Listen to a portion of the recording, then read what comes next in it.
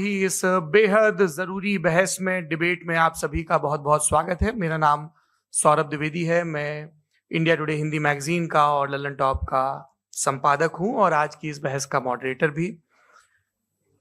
इससे पहले कि ये बहस जिसका शीर्षक जिसका टॉपिक है डज गॉड एग्जिस्ट, ये शुरू हो दो विद्वानों के बीच जिनके नाम हैं श्री जावेद अख्तर और श्री मुफ्ती शमाइल नदवी जी, मैं कुछ बुनियादी चीजें आप लोगों को बता दूं ताकि ये बहस व्यवस्थित ढंग से चले, वैसे नहीं जैसी बहसों को देखने के हम इन दिनों आदी हो गए हैं।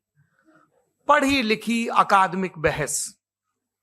इस बहस का प्रारूप कैसा होगा, इसका स्ट्रक्चर कैसा होगा, पहले मैं आपको ये बता देता हूं।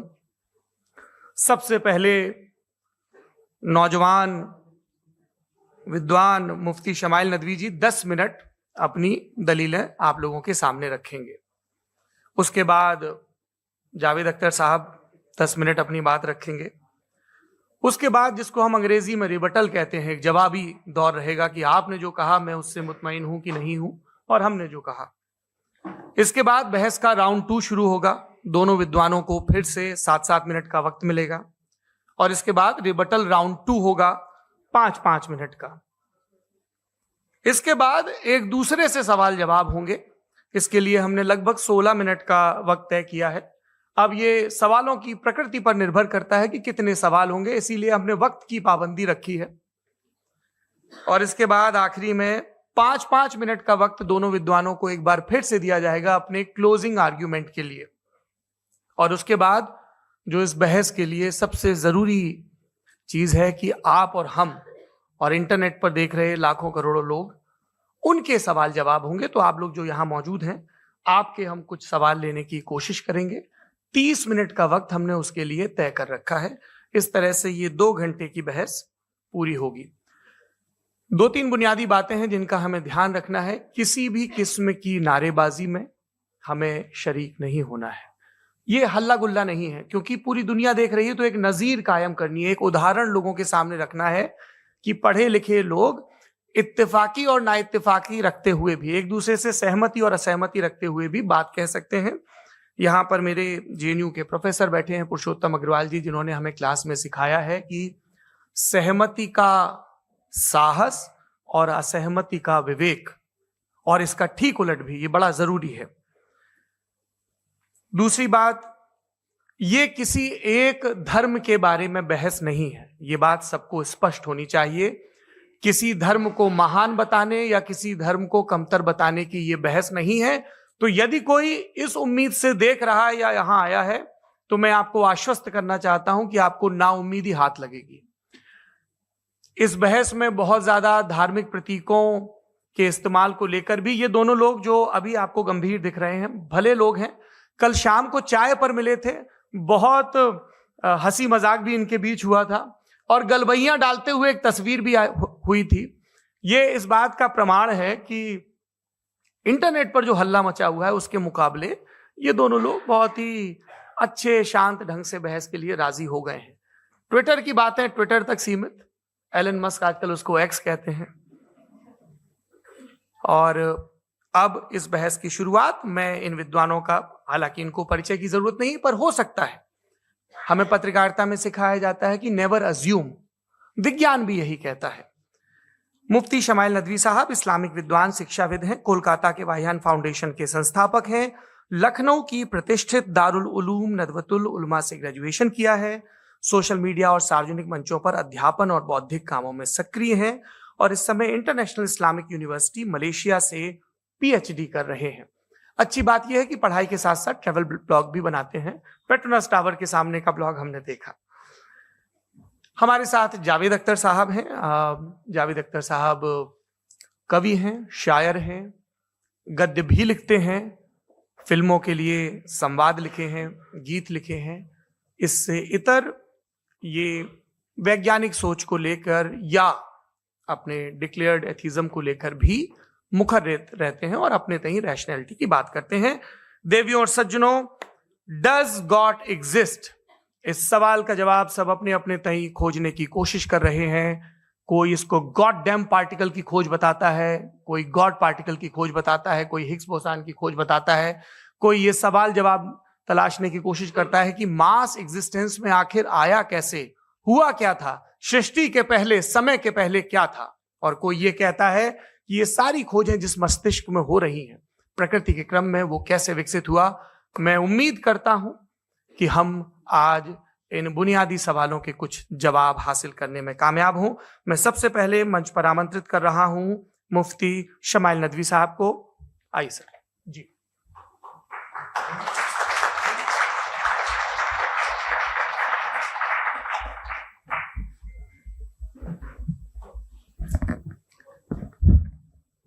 एक आपकी गुजारिश, आप बोलना शुरू करें। आप लोग प्लीज अपने फोन फ्लाइट मोड पे या साइलेंट मोड पे रखें। एक बार चेक कर ले, कई बार बेध्यानी हो जाती है।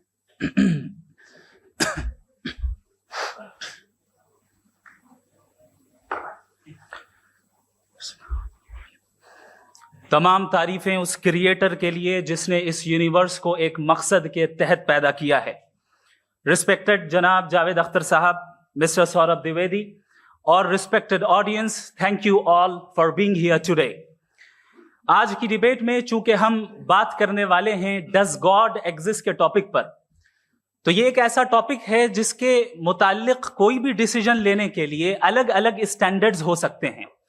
लिहाजा डिबेट के शुरू में यह जरूरी है कि हम ये जान लें कि आज के इस टॉपिक में कौन सा स्टैंडर्ड सही होगा और कौन सा गलत होगा। सबसे पहला स्टैंडर्ड जिसे मैं समझता हूं कि हमारे रिस्पेक्टेड जनाब जावेद अख्तर साहब बड़ी तेजी के साथ उसकी तरफ लपकेंगे, वो है साइंस। जबकि साइंस दर हकीकत खुदा के एग्जिस्टेंस को डायरेक्टली साबित करने या उसके एग्जिस्टेंस को डिनाई करने के लिए स्टैंडर्ड नहीं बन सकती। और उसकी वजह क्या है ये मैं नहीं कह रहा, ये वो लोग कह रहे हैं जो साइंस के एक्सपर्ट्स हैं।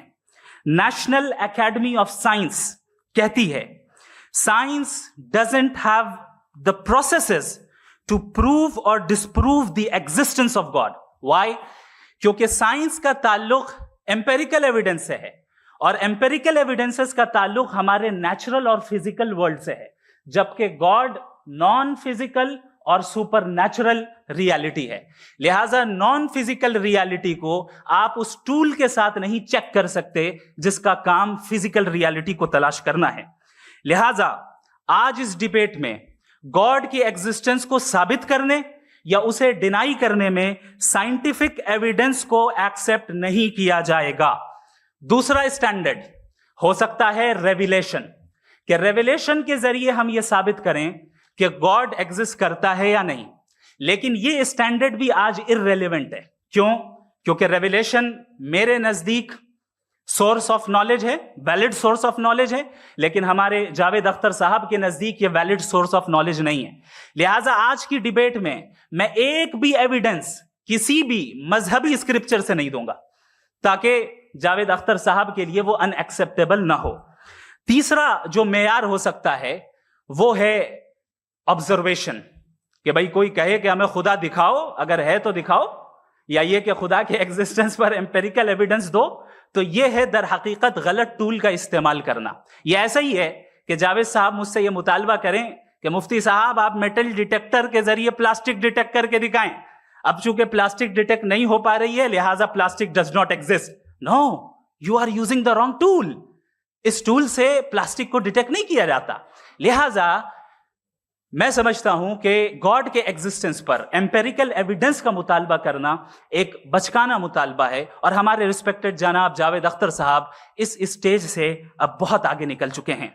अब बचता है एक ही स्टैंडर्ड और वो स्टैंडर्ड है अक्ल, लॉजिक, रीजनिंग। और यही वो स्टैंडर्ड है जिसके तहत गॉड की एग्जिस्टेंस को साबित किया जाएगा या गॉड की एग्जिस्टेंस को डिनाई किया जाएगा। लेकिन चूंकि ये बहुत इंपॉर्टेंट और सेंसिटिव टॉपिक है, इसलिए लॉजिकल आर्ग्यूमेंट भी ऐसा होना चाहिए जो डेफिनेटिव हो, इनडेफिनेटिव ना हो, जो 2 और 2 4 की तरह बिल्कुल वाजे हो, जिसे लॉजिकली रिजेक्ट करना पॉसिबल नहीं हो। फॉर एग्जाम्पल हम कहें हमारे रिस्पेक्टेड मिस्टर सौरभ साहब ये एक इंसान है और तमाम इंसान कॉन्शियस बीइंग है। लिहाजा नतीजा क्या निकला? हमारे सौरभ साहब भी कॉन्शियस बीइंग है। क्या ये इंडेफिनेट आर्ग्यूमेंट है या डेफिनेट आर्ग्यूमेंट है? ये डेफिनेट आर्ग्यूमेंट है। ये 2 और 2 की तरह वाजे है, इसमें किसी तरह जो है लॉजिकली इसको रिजेक्ट नहीं किया जा सकता। तो अगर आज हमारे जावेद अख्तर साहब ऐसी कोई अकली दलील और लॉजिकल एविडेंस दें खुदा के ना होने पर जो डेफिनेट भी हो, तो मैं ये ऐलान करता हूं कि यकीनन मैं उस एविडेंस को कबूल करूंगा और उस पर गौर करूंगा। लेकिन साथ में यह भी ऐलान कर देता हूं प्रेडिक्शन के तौर पर कि ऐसा कोई डेफिनेट आर्ग्यूमेंट कोई नहीं पेश कर सकता। दलील हम देंगे और डेफिनेटिव दलील देंगे, लॉजिकल दलील देंगे, ऐसी दलील देंगे जो एंटायर एथिस्टिक वर्ल्ड उसे रेफ्यूट नहीं कर सकती। चलें अब हम एक एग्जाम्पल सोचते हैं, एक सिनेरियो, सिंपल सिनेरियो। तमाम ऑडियंस से गुजारिश है, हम और आप एक आइसोलेटेड आइलैंड पर हैं, ऐसा आइलैंड जहां पे हमसे पहले कोई कभी नहीं गया। चलते चलते आपके सामने अचानक आपने देखा एक पिंक कलर की बॉल पड़ी हुई है। सबसे पहला सवाल आपके जहन में क्या आएगा कि ये बॉल यहां क्यों आई, कैसे आई, ये पिंक कलर की ही क्यों है? कोई और कलर भी हो सकता था। ये इसी शेप में क्यों है? कोई और शेप भी हो सकता था। नेचुरली आप इस तरफ पहुंचेंगे कि कोई ना कोई है जिसने इन स्पेसिफिक प्रॉपर्टीज के साथ इस बॉल को बनाया है और यहां पे रखा है। चूंकि आप जानते हैं कि ये जो बॉल है इसका एग्जिस्ट करना जरूरी नहीं है, ये एग्जिस्ट कर भी सकती थी, नहीं भी कर सकती थी, और एग्जिस्ट करना ही था तो किसी और फॉर्म में करती, किसी और कलर में करती। अब आप इस बॉल को एक्सपैंड करते चले जाएं, एक्सपैंड करते चले जाएं, एक्सपैंड करते चले जाएं, यहां तक कि ये बॉल यूनिवर्स के साइज की हो जाए। बताइए कि क्या साइज के बढ़ जाने से सवाल बदल जाएगा? हरगिज नहीं बदलेगा। अभी भी सवाल रहेगा, ये यूनिवर्स कहां से आया, इन स्पेसिफिक प्रॉपर्टीज के साथ कहां से आया, क्यों आया, किसने बनाया? ये सवाल उस वक्त भी वैलिड रहेगा।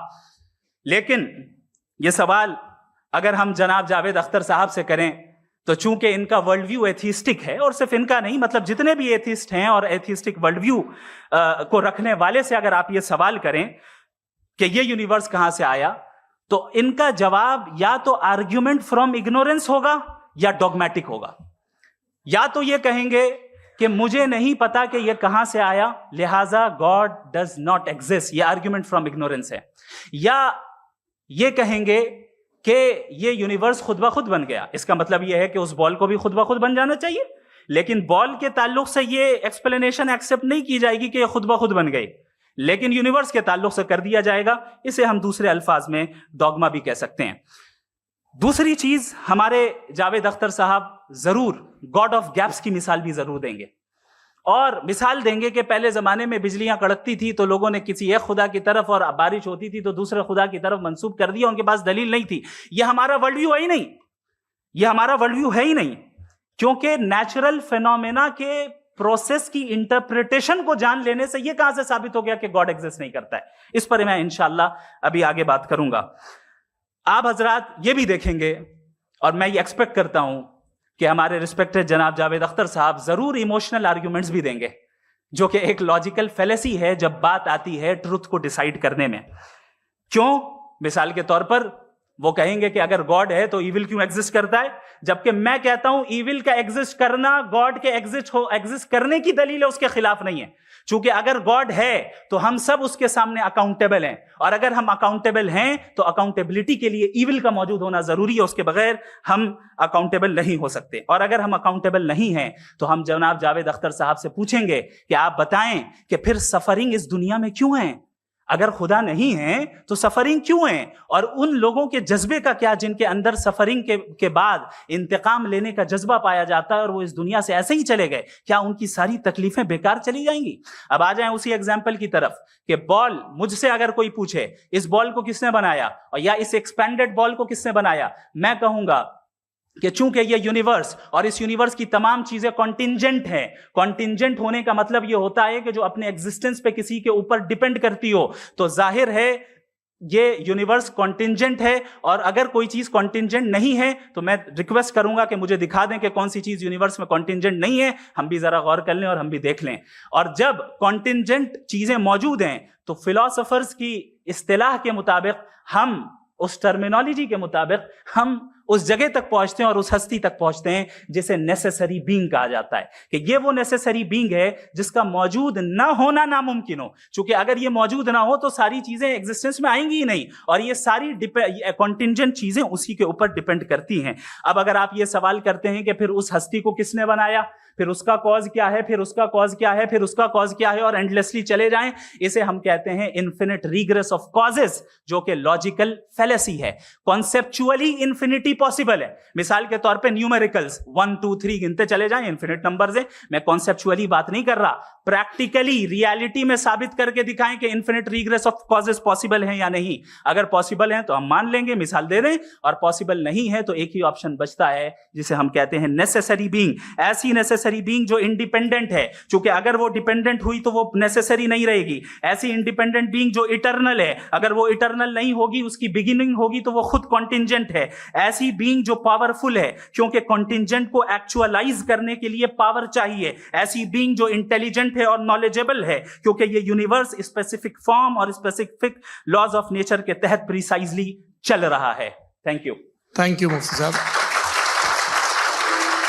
मैं इन दलीलों के बाद जावेद अख्तर साहब से गुजारिश करूंगा, आप बैठ के बोलना चाहेंगे हमारे? जी।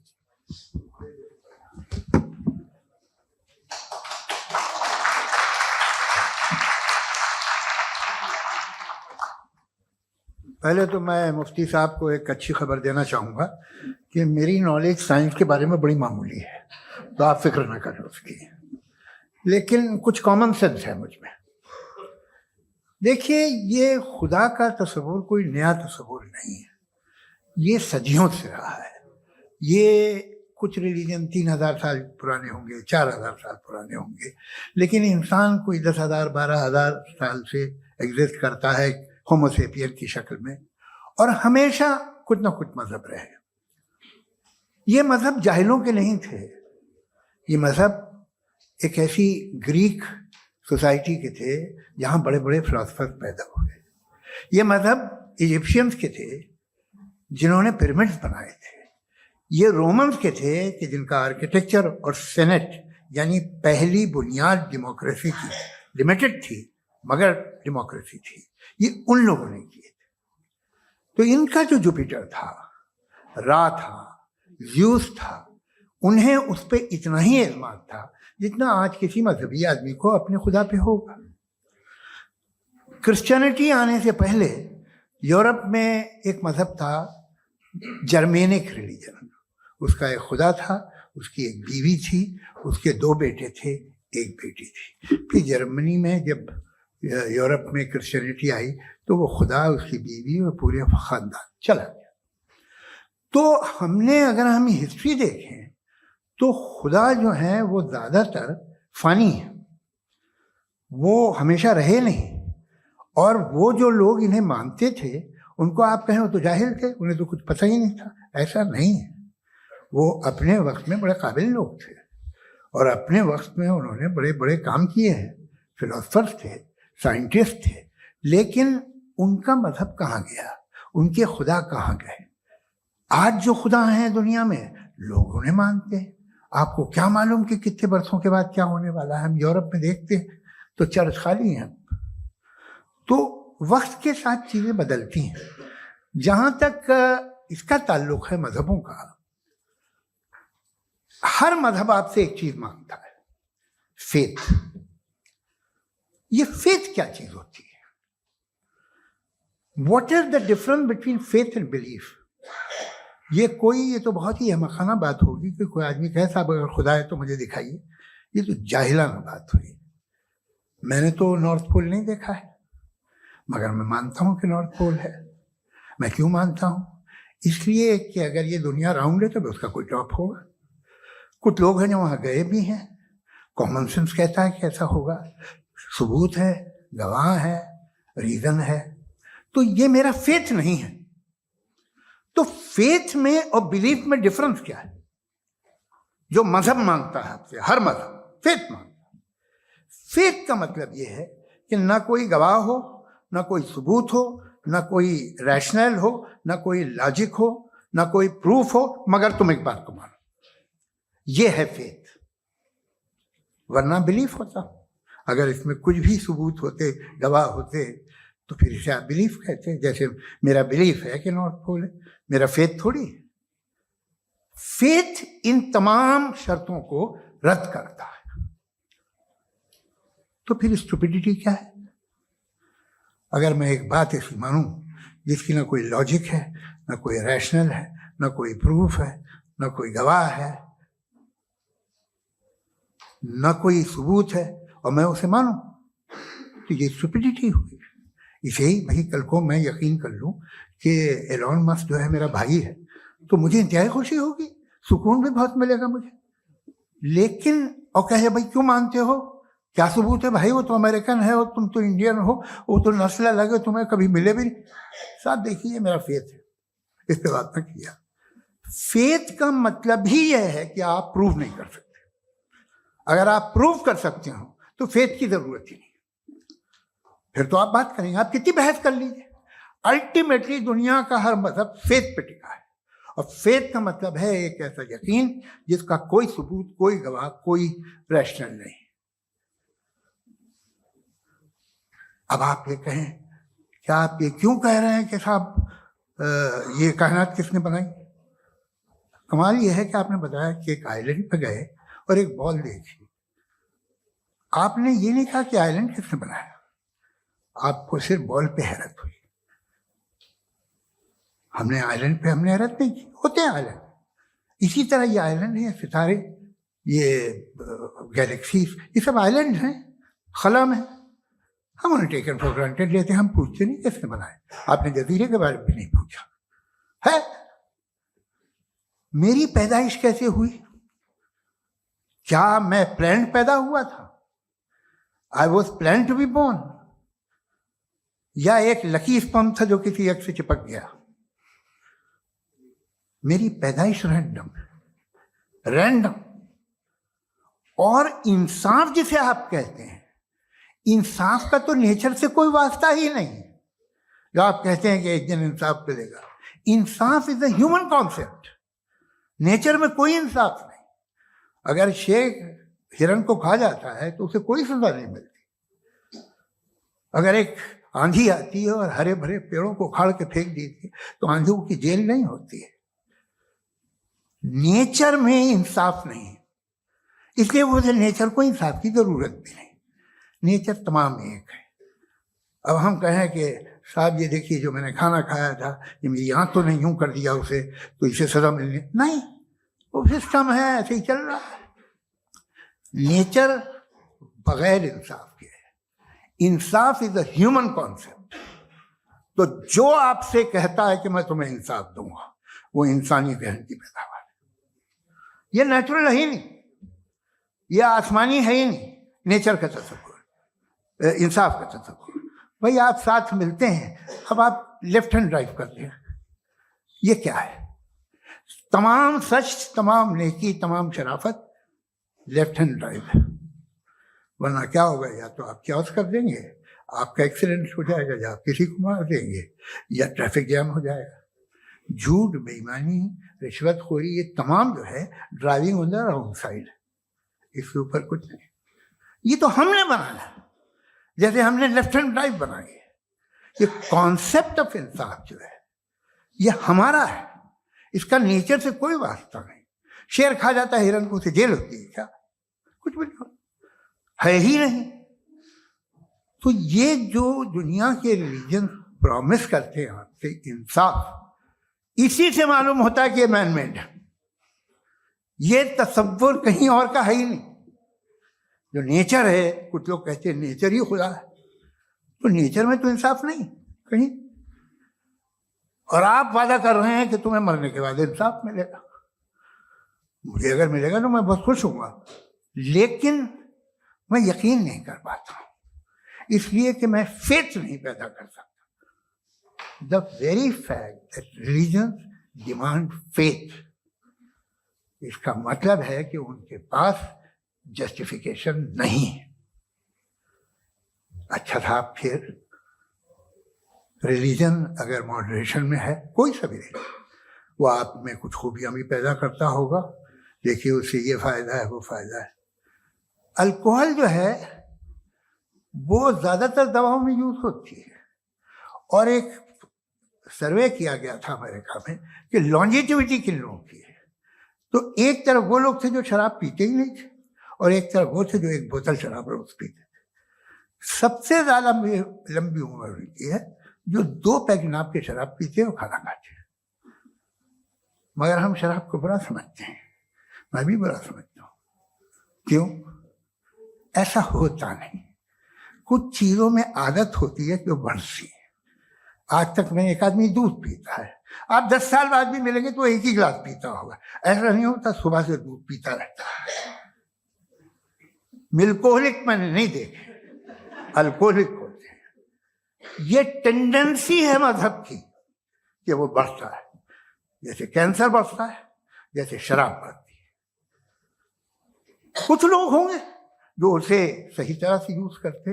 मुझे यकीन है कि हमारे मुफ्ती साहब भी उनमें से एक, इनसे बहुत खुशी हुई मुझे इनसे मिलकर। लेकिन कितने लोग हैं कि आज आप देखते हैं दुनिया में जो तबाहियां हैं, इनमें कितना हाथ है उन लोगों का जो बिलीवर कहते था मजहब ये नहीं कहता, ना कहता होगा, मगर जब ये मजहब पीते हैं तो ऐसे बिहेव करते हैं। थोड़ा सा अगर हो तो शायद बहुत अच्छी बात, लेकिन शराब थोड़ी सी नहीं रहती, उसमें टेंडेंसी है पहले। थोड़ा सा अगर 2-3 कैंसर के सेल हो ना बॉडी में तो आदमी स्लिम रहेगा, लेकिन वो 2-3 सेल नहीं रहते, वो मल्टीप्लाई होते हैं।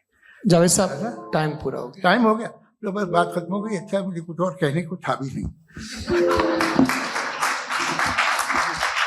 जी, मैं पहले जवाबी दौर के लिए इनवाइट कर रहा हूं मुफ्ती साहब को। Your rebuttal round 1, you have 7 minutes.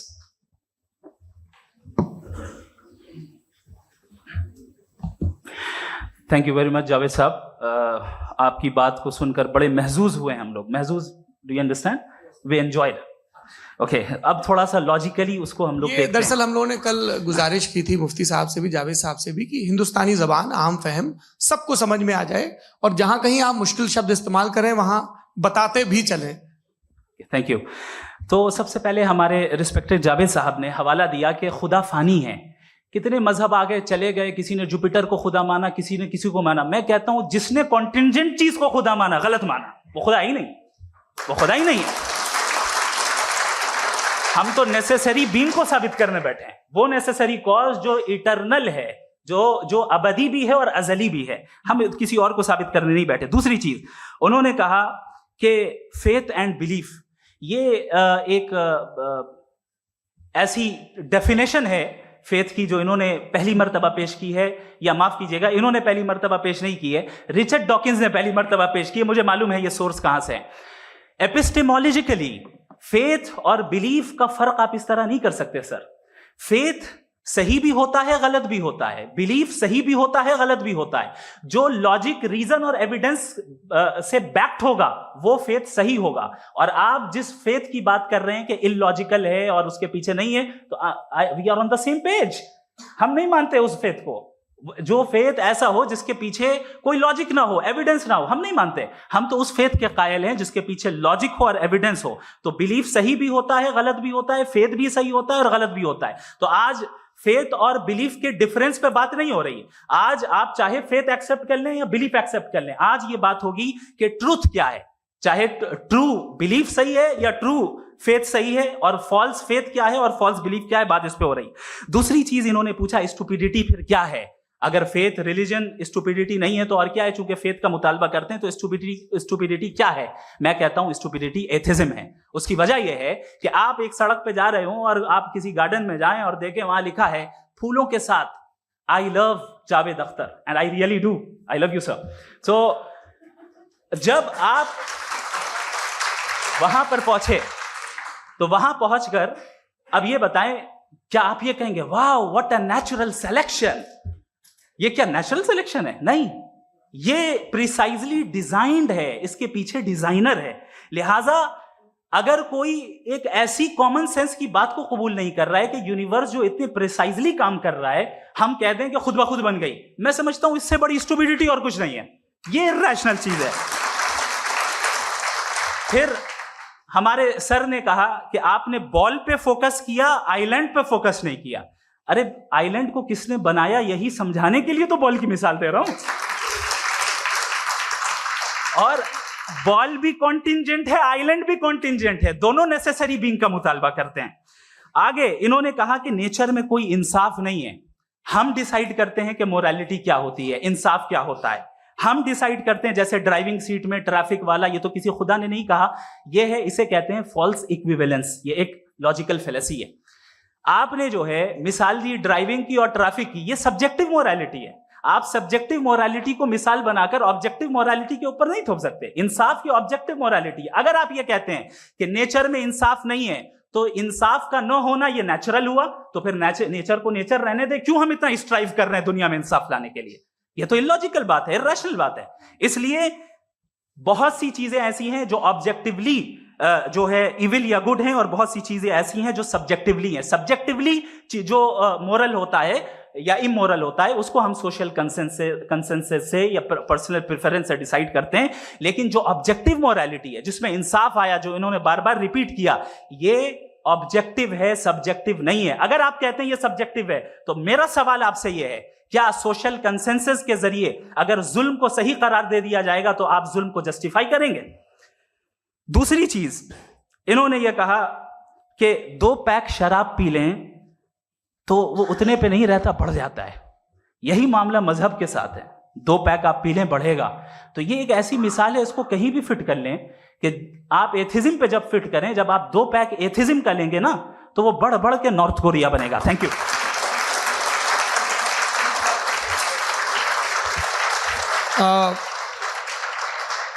First round के रिबटल के लिए मैं जावेद साहब को इनवाइट कर रहा हूं। आपके पास 7 मिनट का वक्त है, रीसेट कर दीजिएगा प्लीज। मुझे इस बात की खुशी है कि मुफ्ती साहब ने भी मान लिया कि नेचर में कोई इंसाफ नहीं है। तो कोई भी चीज़ जो इंसान ने नहीं बनाई है उसमें इंसाफ नहीं होता है। एक बात मैं आपसे अर्ज करूं, जरा पता लगा लीजिएगा, ये जो आप बाग में जाते हैं बेहद खूबसूरत फूल देखते हैं ना, इनमें से कोई नेचुरल नहीं है। ये सारे फूल क्रॉस करके बनाए गए हैं। जो जंगल में फूल होते हैं निहायत मामूली होते हैं। ये फूल इंसानों ने बनाए हैं। जो आप बाग में देख के वाह वाह कहते हैं, ये इंसानों के बनाए हुए हैं। डिफरेंट फूलों को क्रॉस करके, डेवलप करके, फिर क्रॉस करके इस तरह से बनाए गए। नेचुरल फ्लावर नहीं। किसी जंगल वीरान में जाके आप गुलाब के फूल नहीं देखेंगे। ये सब बनाए हुए इंसान ने, बहुत से काम इंसान ने किए हैं। बाकी है कि आपने मेरी एक बात का जवाब नहीं दिया, जिससे मुझे शिकायत है कि फेथ क्या है और आप फेथ मांगते क्यों हैं मुझसे? आप तो लॉजिकल हैं, आपके पास तो सारे रैशनल हैं, आपके पास सारे सबूत हैं, तो आपको फेथ की डिमांड क्यों करते हैं कि भाई तुम सरेंडर कर दो और सवाल मत करो? कोई मजहब सारे सवाल करने की इजाजत नहीं देता है और मना करता है कि ज्यादा सवाल ना करो, बह जाओगे तुम। आप क्यों रोकते हैं? हकीकत यह है कि इंसानी तारीख क्या है। इंसानी तारीख ये है कि दुनिया में 2 तरह के लोग हुए हैं। एक वो जिन्होंने अपनी लाइल्मी की परस्तिश की है, दूसरे वो जिन्होंने अपनी इग्नोरेंस या लाइल्मी से झगड़ा किया है और मालूम किया है कि क्या है। ये जो आप कह रहे हैं, आज आप हैरान हैं कि भाई ये यूनिवर्स कैसे बनी। लोग हैरान थे कि सूरज डूबता है तो इधर से कैसे निकलता है। और आप एक कदम जाके हमेशा का मानने को तैयार है, एक कदम पीछे ही मान जाइए। भाई आप इसके बाद जाते हो, कहते सवाल ना करना कि ये कहाँ से आया, ये पावर तो हमेशा से हमेशा रहेगी। तो आप यूनिवर्स के बारे में मानने में क्या तकलीफ है? एक कदम पहले रुक जाइए। ये हमेशा से थी या नहीं थी, हमें मालूम नहीं है। और ये कहना कि हमें मालूम नहीं है, कमाल ये है कि दुनिया के सारे मजहब सब जानते हैं ये दुनिया कैसे बनी थी, कैसे मिटेगी, मरने के बाद क्या होगा, इनको सब इल्म है। इनको किसी को डायनासोर होते थे पहले ये नहीं पता था, किसी को नहीं पता। किसी भी दुनिया की मजहबी किताब में डायनासोर का जिक्र नहीं है। लेकिन बाकी सब बातें, how to make universe in 4 easy lessons and बाकी सब पता है। जिसको सब पता है वो गड़बड़ है। हम में ये इंकिसार, ये ह्यूमिलिटी होनी चाहिए कि हम ये कहें कि हमें ये बहुत सारी बातें नहीं मालूम, लेकिन हम उनकी परस्तिश ना करना, अपनी लाइल्मी को की परस्तिश ना करें, हम उसे पता लगाने की कोशिश करें। जिस दुनिया में आप बैठे हैं सर, ये हॉल जो है, ये इलेक्ट्रिसिटी जो है, ये माइक जो है, जिस हवाई जहाज से आप आए थे, वो जिस कार से आप यहाँ आए हैं, ये सब उन लोगों की बनाई हुई है जिन्होंने सवाल किए थे। ये दुनिया जिसमें आप आज आराम से हैं, ये उन लोगों की बनाई है कि जिन्होंने सवाल किए थे, और हर स्टेज पे इन सवालों को मकरूह कहा गया था, गलत कहा गया था। आप जरा तारीख पढ़िए, एक बड़ी दिलचस्प किताब है बर्ट्रैंड रसेल की, जिसमें उसने रिलीजन एंड साइंस कि कब से रिलीजन जो है साइंस के अगेंस्ट है, और हद तो ये है कि भाप के इंजन के खिलाफ थे, स्टीम इंजन के भी खिलाफ थे, और फतवे हुए उन पे, वेटिकन ने दिए। तो ये हमेशा, अभी जैसे ही ये राइट विंगर आते हैं अमेरिका में पावर में, तो वो जो अपना ये क्या बोलते हैं उसे, सीड क्या वर्ड है, सीड क्या जो, हाँ नहीं सीड जो होते हैं जिसपे जी नहीं भाई, वो जो ह्यूमन बॉडी के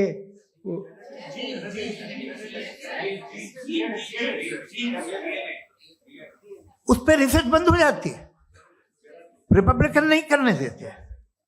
अरे भाई इतना डर क्या है तुम्हें? एक जमाने में बहुत नाराज थे ये सारे मजहबी लोग कि ये इंसान तो इंसान बनाने की कोशिश कर रहा है, आपको क्या तकलीफ भाई, बना ले तो बना लेने दो, ये खौफ क्या है? और ये सब आज जो आप कह रहे हैं नामुमकिन है, ये कैसे हुआ? मुझे एक किस्सा याद आता है। जब मैं छठी क्लास में था तो मैं मैथमेटिक्स में बहुत वीक था, तो एक टीचर रख दिया गया, उसने 1 2 3 4 5 6 7 तो सिखा दिया मुझे। वो दिन मैं भूल नहीं सकता हूँ मुफ्ती साहब, जिस दिन उसने ये बताया कि 1/2 क्या होता है और 3/4 क्या होता है, मुझे ऐसा लगा कि मेरा सर बीच से फट जाएगा। ये आदमी कह रहा है कि जो दीवार के अंदर जाओ वॉक करते हुए। आज हंसता हूं मैं इस बात पे। तो आज जो बातें आपके जहन से बिल्कुल परे हैं और आप हैरान होते हो उन्हें देख के, एक वक्त आएगा कि मामूली लगेंगे, और हुआ है। आपकी इंसानी तारीख ही है। इतनी जल्दी सारे फैसले आप मत कर लीजिए, थोड़ा ये ह्यूमिलिटी रखिए कि भाई ये हमें नहीं मालूम। ये कहने में क्या आ रहा है? ये यूनिवर्स कहाँ तक फैली, ये कब से है और कब तक रहेगी, हमें नहीं मालूम। आपने फैसला कर लिया कब बनी। ये आपके हिसाब से कोई 14 बिलियन ईयर बनी जो समझा जाता है। उससे पहले हजारों करोड़ों अरबों साल तक खुदा बैठा क्या कर रहा था? खामोश बैठा था, ऐसी जमाइयां ले रहा था। फिर उसे आइडिया है, यार एक काम करते, वक्त अच्छा गुजर जाएगा, यूनिवर्स बना दे। सोचिए, वो तो हमेशा से है ना, मगर यूनिवर्स हमेशा से नहीं है, ये तो बनाई गई है। और उससे पहले क्या था, इनका क्या काम था?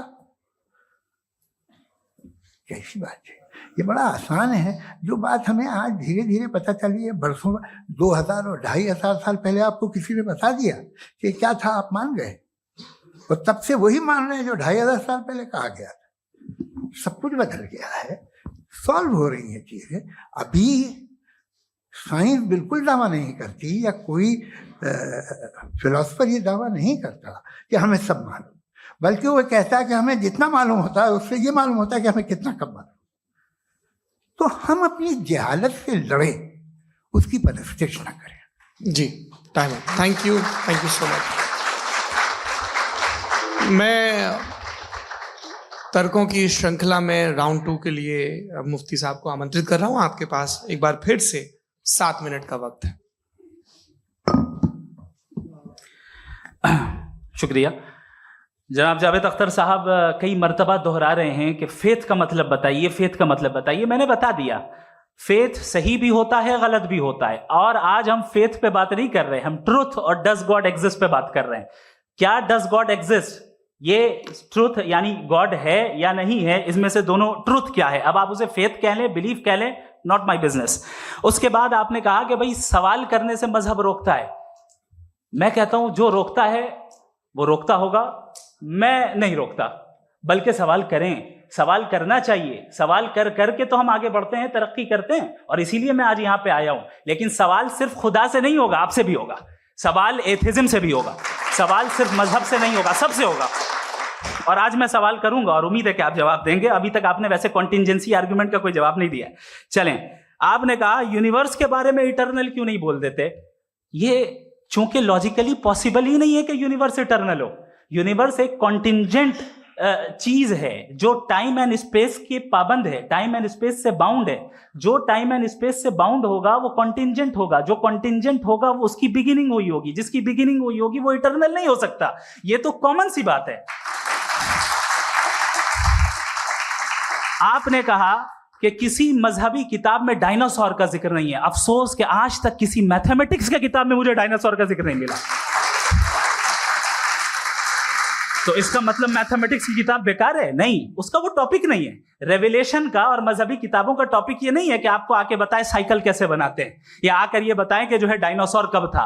वो तो मोरालिटी सिखाने आया है, गॉड के बारे में बताने आया, नॉन फिजिकल रियलिटी की हकीकत को सिखाने के लिए आया। रिलीजियन साइंस को रोकता है? नहीं रोकता। अगर रोकता है तो गलत करता है। रिलीजियन साइंटिज्म को रोकता है, जिसमें हमारे जावेद साहब मुब्तला हैं। साइंस और साइंटिज्म में फर्क है। साइंटिज्म यह है कि आप समझें कि साइंस और साइंटिफिक मेथोडोलॉजी ये नॉलेज को हासिल करने का वाहिद सोर्स ऑफ नॉलेज है। यह है साइंटिज्म। हम इसे रिजेक्ट करते हैं। हम साइंस को तो तरक्की करते हैं। भाई आप हमारी पूरी तारीख कर लें, पढ़ लें तो आपको पता चल जाएगा। बहरहाल ये अलग टॉपिक है। उसके बाद इन्होंने एक लफ्ज कहा, वेटिकन ने फतवा दिया। वेटिकन का फतवे से कोई ताल्लुक नहीं है, दोनों कॉन्ट्राडिक्टरी अल्फाज हैं। उसके बाद उन्होंने कहा कि भाई हमें नहीं मालूम। अगर नहीं मालूम तो क्लियरली कह देना कि नहीं मालूम है, इसमें क्या हर्ज है। तो वही तो मैं कह रहा हूं ना कि आप कह दें कि नहीं मालूम, लेकिन क्लेम क्यों कर रहे हैं कि गॉड एग्जिस्ट नहीं कर रहा है। आप कह दें नहीं मालूम है, हो सकता है हो सकता ना हो, लेकिन आप क्लेम कर रहे हैं। The moment you say God does not exist, this is a claim, and now the burden of proof is upon you too, जैसे हमारे ऊपर है। और क्यों है मैं बताता हूं, क्यों है ये भी मैं बताता हूं। फिलोसॉफिकली जो क्लेम होता है ना, सिर्फ ये नहीं होता कि इंसान कहे पॉजिटिव क्लेम करे और नेगेटिव क्लेम करे तो बर्डन ऑफ प्रूफ नहीं है। आप मिसाल के तौर पे मैं कहूं कि फुला उस कमरे में कोई नहीं है, मैंने एक नॉलेज का क्लेम किया है। उस कमरे में कोई नहीं है, मैंने एक नॉलेज का क्लेम किया। या तो मैं कहूं मुझे नहीं पता, हो भी सकता है नहीं भी हो सकता है, this is not a claim. लेकिन जब मैं कह रहा हूं कि वहां कोई नहीं है, या मैं कह रहा हूं वहां कोई है, दोनों क्लेम है और दोनों के ऊपर बर्डन ऑफ प्रूफ है। हमारे ऊपर भी बर्डन ऑफ प्रूफ है। मैंने कंटिंजेंसी आर्ग्यूमेंट दिया, इसे तोड़कर दिखाइए। आखिरी चीज, इन्होंने कहा कि खुदा दुनिया बनाने से पहले 150 साल पहले या करोड़ों साल पहले क्या कर रहा था। अरे हजरत, चलें बहरहाल मैं जवाब दे देता हूं। आप हमारे रिस्पेक्टेड पर्सनैलिटी हैं, अगर आप नहीं होते तो मैं ऐसे एंटरटेन ही नहीं करता। टाइम ये 100 साल पहले या 100 साल बाद, पहले बाद में अभी, ये वो अल्फाज हैं जिनका ताल्लुक टाइम से है। टाइम शुरू ही हुआ है यूनिवर्स की बिगिनिंग के बाद, तो उसके पहले खुदा क्या कर रहा था, सवाल इलॉजिकल है, ये फेलेसी है। यानी आप ये कह रहे हैं कि यूनिवर्स के बनने से पहले खुदा क्या कर रहा था। टाइम के बनने से पहले, पहले का ताल्लुक टाइम से, टाइम उस वक्त था ही नहीं, तो ये सवाल ही इनवैलिड है खुदा के ताल्लुक से। दूसरी चीज, आर्ग्यूमेंट ऑफ कंटिंजेंसी जो मैंने आपके सामने पेश की है, आपने बार बार ये प्रूफ किया और ये कह रहे हैं कि गॉड ऑफ गैप्स। देखिए पहले नहीं मालूम था, साइंस ने कर दिया। सिंपल्स की मिसाल से मैं समझा देता हूं। जिस गैप्स की आप बात कर रहे हैं ना, साइंस उन गैप्स को जिन चीज के जरिए भी प्रूव करेगा वो कॉन्टिंजेंट ही होगा। अब चाहे वो फोर्स हो, मैटर हो या एनर्जी हो। लिहाजा सवाल हमारा उस वक्त भी वैलिड होगा जब तक कि आप नेसेसरी बीइंग पे ना आ जाएं।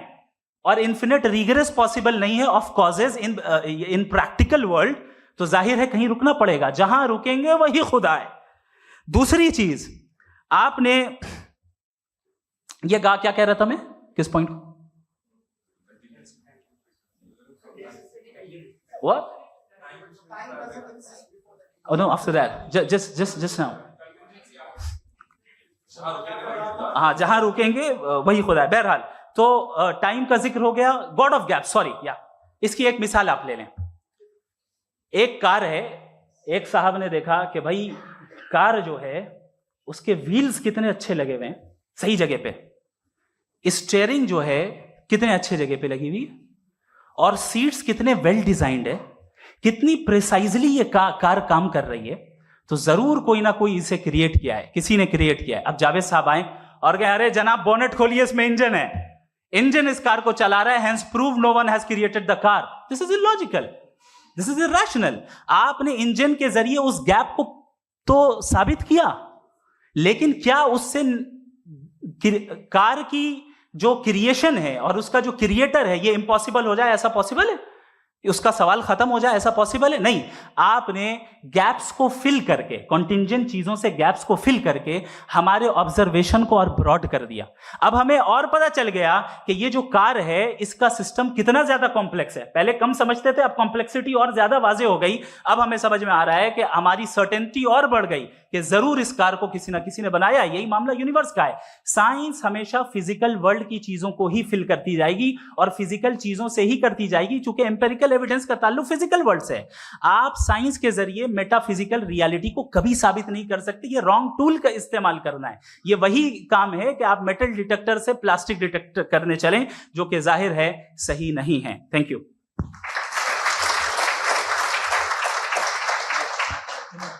जी, ये आर्ग्यूमेंट का राउंड 2 है। हाँ। 7 मिनट है। पहले तो मैं आपसे अर्ज करूं कि आपने कहा कि जब कायनात ही नहीं थी तो वक्त भी नहीं था, कुछ भी नहीं था। कैसे नहीं था? खुदा था, एक एग्जिस्टेंस तो था ना खुदा का। तो जब खुदा था तो वक्त भी होगा। ऐसा नहीं है कि कुछ भी नहीं था, खुदा था। अच्छा, बाकी एक आपने कहा साहब आप साबित कीजिए, आपके पास भी लॉजिक है या मेरे पास भी लॉजिक है। आप मेरा जिम्मेदारी नहीं है साबित करना कि खुदा है। बर्टन रसल ने बड़ी अच्छी बात कही। बर्टन रसल ने बड़ी अच्छी बात कही। मैं आपसे अगर ये दावा करूं कि एक चाय की केतली मरीख के चारों तरफ घूम रही है, मार्स के चारों तरफ, तो ये आपका काम नहीं है कि आप साबित करें कि कोई चाय की केतली नहीं है। ये मेरा काम है, मैंने दावा किया है। ये दावा तो मजहबी लोग करते हैं कि खुदा है। मैं क्यों साबित करूं कि नहीं है? जब तक आप मुझे कन्विंस नहीं कर देंगे मैं नहीं मानूंगा। आपकी जिम्मेदारी है, मेरी जिम्मेदारी नहीं है। दोयम ये कि ये जो आप कह रहे हैं, जो गैप्स हैं, ये गैप जब जब किसी मजहब को चैलेंज करते हैं, जब ऐसा कोई बात आती है तो हंगामा हो जाता है कि जब वो चैलेंज करें किसी फेथ को। ये तमाम साइंस जो है इसे मुख्तलिफ जगहों पे मुख्तलिफ वक्तों में मजहब ने रोकने की कोशिश की है। ये किताब है religion and science, Burton Russell की, पढ़िएगा, अच्छी लगेगी आपको। तारीख ही है साइंस, मजहब की साइंस से उसका यही रिश्ता है। अच्छा, अब ये हम सोचें कि बहरहाल ये वजूद जो है मजहब और ये बिलीव इन गॉड इंसान को बेहतर बना देता है। तो एक काम कीजिए, हिंदुस्तान वर्ल्ड का नक्शा लीजिए और मार्क कीजिए कि रिलीजन कहाँ कहाँ ज़्यादा है, कहाँ कहाँ, चाहे वो लैटिन अमेरिका हो या मिडल ईस्ट हो या फार ईस्ट हो या हिंदुस्तान के वो इलाके जहाँ मजहबियत ज़्यादा है। रख दीजिए नक्शा अलग। अब दूसरा नक्शा कि कहाँ कहाँ नाइंसाफ़ी, रिप्रेशन, औरतों के हुकूक की पामाली, जुल्म, डिक्टेटरशिप कहाँ है। नक्शा एक ही होगा। तो आप मुझे बताएं कि जो इसका तरकीब इस्तेमाल क्या है। खुदा का तरकीब इस्तेमाल तो बताइए। आप छोटी सी दवा सड़क पे बेचते हैं, उसकी भी तरकीब इस्तेमाल बताते हैं। इसके इस्तेमाल से तो फायदा नहीं हुआ किसी को। जो सारे के सारे खराब मुल्क हैं, खराब समाज है, वो सारे जुल्म खुदा के नाम पे करते हैं। वो गलत करते हैं, सही करते हैं, मुझे क्या लेना देना उससे। इस्तेमाल से मालूम होता ना। एक विस्की की बोतल कभी शायद देखी हो आपने, लाल रंग की होती है, उस पर रोशनी और छिपड़ा इंतहाई खूबसूरत लगती है, क्या बिगाड़ रही है किसी का। उसका इस्तेमाल गलत है, इसलिए आप उसे नापसंद करते हैं। इसका इस्तेमाल गलत है, इस तसव्वुर का इस्तेमाल ही गलत है और हमेशा से गलत हुआ है। आप देख लीजिए, इंसानी तारीख देख लीजिए, आज देख लीजिए, हिंदुस्तान देखिए, दुनिया देख लीजिए, क्या हो रहा है। इसे कैसे इस्तेमाल कर रहे हैं फेथ वाले लोग। क्या फेयर हैं, जस्ट हैं, जो अपने खुदाओं पे यकीन रखते हैं। वो किस तरह के लोग हैं? वो लोगों को इंसाफ देते हैं, वो बेहतर इंसान बने। तो इस दवा का फायदा क्या है? चलो बहुत फायदा हो रहा तो मैं इस्तेमाल कर लूंगा। मुझे तो इस दवा का कोई फायदा दिखता ही नहीं। मुझे तो ऐसा लगता, मैं एक और बात बताऊं, अगर कोई आदमी मजहबी है और अच्छा आदमी है तो मैं उसकी बहुत इज्जत करता हूं, इसलिए कि मेरा ख्याल है मजहबी आदमी का अच्छा होना मुझसे अच्छा होने से ज्यादा मुश्किल है। भाई हर चीज की एक लिमिट है। आप इतना भाग सकते हैं, इतना नहीं भाग सकते, इतना वजन उठा सकते हैं, इतना नहीं उठा सकते, इतना दूर देख सकते हैं, इतना दूर नहीं देख सकते। उसी तरह कॉमन सेंस कहता है कि आप में नेकी का भी एक कोटा होगा। अब आप अगर सुबह जाते हैं अपनी इबादत गाह और इबादत करते हैं, तो बाहर निकलते हैं तो आप तो यही महसूस करते हैं कि आपने एक बहुत अच्छा काम किया, आपकी नेकी का एक बहुत बड़ा कोटा खर्च हो गया जिससे किसी का कोई फायदा नहीं। मैं तो नहीं जाता हूँ तो मुझे तो किसी को खाना खिलाना पड़ेगा, किसी बेवा की मदद करनी पड़ेगी। मैं अपना कोटा कैसे कंज्यूम करूं? आप अपना कोटा, सारे मजहबी लोग इंतहाई यूजलेस कामों में यूज करते हैं। उसके बाद भी अगर आप में बच्ची है थोड़ी सी शराफत, तो भाई वाह क्या बात।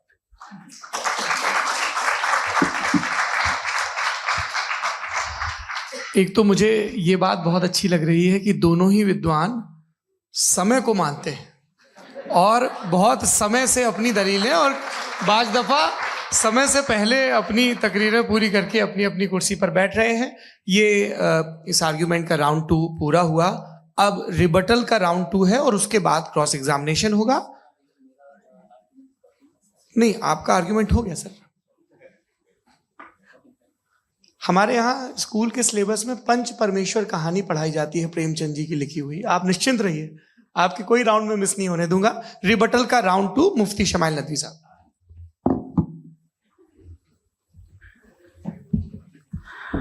असल में जो हकीकी प्रॉब्लम है, असल प्रॉब्लम है, वो ये है कि जावेद साहब के पास कॉन्सेप्ट ऑफ गॉड क्लियर नहीं है। इन्होंने कहा कि कायनात से पहले खुदा तो था, तब भी तो टाइम होगा। ये टाइम कायनात का हिस्सा है। हम खुदा, उस खुदा को मानते हैं, नेसेसरी बीइंग का टाइमलेस होना जरूरी है, चूंकि वो टाइम का क्रिएटर है। जब उसने टाइम को क्रिएट किया तो वो खुद टाइम पे कैसे होगा? उसने जब स्पेस को क्रिएट किया तो खुद स्पेस में कैसे होगा? अगर वो टाइम एंड स्पेस को पहले से ही उसका पाबंद है तो फिर किस चीज को उसने क्रिएट किया? लिहाजा ये सवाल गलत है कि खुदा था तो टाइम होगा। बिल्कुल नहीं, टाइम के पाबंद हम है, खुदा नहीं है। हम फिजिकल वर्ल्ड से ताल्लुक रखते हैं, वो मेटाफिजिकल रियलिटी है। दूसरी चीज इन्होंने मिसाल दी कि चाय की केतली हवा में घूम रही होगी, और पता नहीं शायद वो बर्टन रसल का उन्होंने हवाला दिया। बहरहाल यही प्रॉब्लम है। प्रॉब्लम यही है कि हम चीजों के दरमियान डिफरेंशिएट नहीं कर पाते। ये जो आपने मिसाल दी ये इमेजिनेशन है, और मैं जो साबित कर रहा हूं वो लॉजिकल नेसेसिटी है। आप इमेजिन करने आए तो कुछ भी करें, जुपिटर में पिंक एलिफेंट होगा, यूनिकॉर्न होगा, करें, उससे कायनात पे क्या फर्क पड़ता है? उससे आप लॉजिकल नेसेसिटी साबित नहीं कर सकते।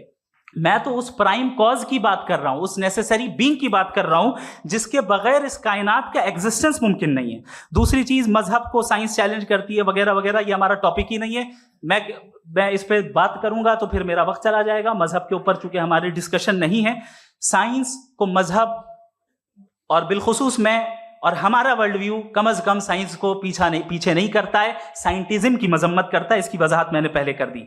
दूसरी चीज इन्होंने कहा वर्ल्ड का नक्शा लीजिए, वर्ल्ड मैप लीजिए, 2 अलग अलग जगह की। हजरत, मैंने ये होमवर्क किया था और मैंने मिडिल ईस्ट का एक नक्शा लिया और यूरोप का एक नक्शा लिया। ये मजहबी इलाका और ये लिबरल और एथीस्ट इलाका। मुझे पता चला कि सबसे ज्यादा रेप केसेस जो हैं वहां पर है।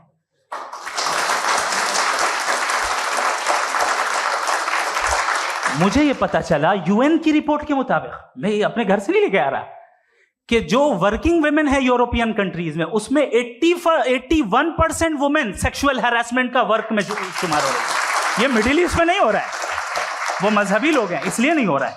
दूसरी चीज, आपने ये कहा कि मजहबी आदमी का अच्छा होना हमारे अच्छे होने से बहुत मुश्किल है, बहुत मुश्किल है। तो इसका मतलब यह है कि गॉड के अलावा आपके पास अच्छे और बुरे का कोई स्टैंडर्ड है।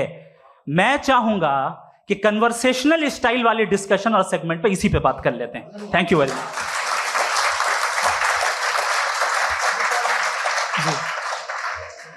ये रिबटल का राउंड 2 है। आपके पास 5 मिनट का वक्त है और इसके बाद क्रॉस एग्जामिनेशन शुरू करेंगे। आप चाहें तो जो इन्होंने सवाल पूछे उनके जवाब आप रिबटल में भी दे सकते हैं। जी जी, देखिए, पहले तो ये बात कि ये मिसाल गलत नहीं है, गलत है। इन्होंने पहले ही हमको डिसार्म कर दिया। कह लिया अकल से मामला सॉल्व नहीं हो सकता, लॉजिक से आप पहुंच नहीं सकते। ये एक मेटाफिजिकल चीज़ है। मेटाफिजिकल अजीब सा लफ्ज़ है, ठीक से किसी को माने नहीं मालूम इसके, तो ऐसा लगता है कुछ बड़ी चीज़ है। अरे भाई क्या होता है मेटाफिजिकल, बताओ, खड़ी हो। ये एक लफ्ज है जो कहीं भी इस्तेमाल हो जाता है। जब आप एक बात कर रहे हैं और आप मुझसे बहस कर रहे हैं तो मुझे मेटाफिजिकल मत बताइए, आप लॉजिकली मुझे प्रूफ किए। और अगर लॉजिकली आप नहीं बात करते साहब ये मेटाफिजिकल है, तो फिर हम आप बात क्या कर रहे हैं? मेरा आपका किस जबान में कॉन्वर्सेशन होगा? और ये कहना कि वक्त पहले नहीं था, तो फिर क्यों कहते हैं ये हमेशा से और हमेशा रहेगा? हमेशा वक्त है, तो आप कैसे कहते हैं वो हमेशा से है और हमेशा रहेगा? हमेशा का मतलब है कोई वक्त, अगर वक्त ही नहीं है तो हमेशा कैसे? बाहर वो रहेगा। अब मैं ये देखता हूं, आपने कहा ना कि वहां रेप ज्यादा होते हैं, तो हम एक बात देखते हैं कि ये दुनिया जिसपे वो कादर मुतलक है, जिसकी मर्जी के बगैर पत्ता भी नहीं हिलता, ओमनीपोटेंट है, ये दुनिया चल कैसे रही है? और इस दुनिया का हाल क्या है? 45,000 बच्चे जो 10 साल की उम्र से कम थे वो गाजा में मरे। भूख से काला हांडी में बच्चे मरते हैं और डिप्थेरिया से मरते हैं। डिप्थेरिया अजीब मर्ज है, गले में जाली बनना शुरू होती है, बच्चा नीला हो जाता है, गरीब का बच्चा, इसलिए कि पास इलाज नहीं। ये कादर मुतलक है जो चाहे कर दे, इससे आप दुआएं मांगते हैं हमारी ये काम कर दे वो कर दे, तो इसका मतलब डे टू डे लाइफ में वो इंटरफेयर करता है और ये देख रहा है वो। अगर वो वाकई भी है फॉर डिस्कशन सेक, तो मैं जब दुनिया देखता हूं तो मेरे दिल में उसके लिए कोई इज्जत नहीं पैदा होती। ये क्या कर रहे हो तुम पूरे ऑल पावरफुल हो, ओमनीपोटेंट हो, ओमनी प्रेजेंट हो। तुम तो वहां गाजा में रहे होगे ना, तुम हर जगह हो। तुम देख रहे थे कि बच्चे की कैसे धज्जियां उड़ रही, तुम देख रहे थे और तुम चाहते हो मैं तुम्हारी परस्तिश करूंगा, तुम हो भी। अरे यार, इससे अच्छे तो हमारे चीफ प्राइम मिनिस्टर हैं, कुछ तो ख्याल करते हैं। कमाल है, आप किसकी इबादत कर रहे हैं? अगर वो है भी, ये दुनिया नाइंसाफी से, जुल्म से, जबर से, तशद्दुद से भरी हुई। और आप ये मत कहिएगा कि वो देख रहा है और वो बताएगा एक दिन। अगर वो देख रहा है और इंटरफेयर नहीं करता तो आप दुआ क्यों मांगते? आप कहते हैं मेरा ये काम करा दे, इसके मतलब है वो दखल दे सकता है, वो आपको नौकरी दिलवा सकता है, भले दूसरे आदमी को न मिले, मगर आपका काम कर देगा चूंकि आपने दुआ मांगी है। तो जब वो आपको नौकरी दिला सकता है, लड़की की शादी कर सकता है, बेटे को ग्रीन कार्ड दिलवा सकता है, तो कम से कम ये जो मर रहे हैं बच्चे, इनको रोक दे, कुछ तो करे। मुझे तो दुनिया में इस दुनिया का कोई मालिक है, इसका ओमनीपोटेंट कोई रूलर है, और ये दुनिया ऐसी चल रही है। मैं तो चाहूंगा कि भाई ना हो, अगर हो तो बड़ी शर्मिंदगी की बात है। शुक्रिया।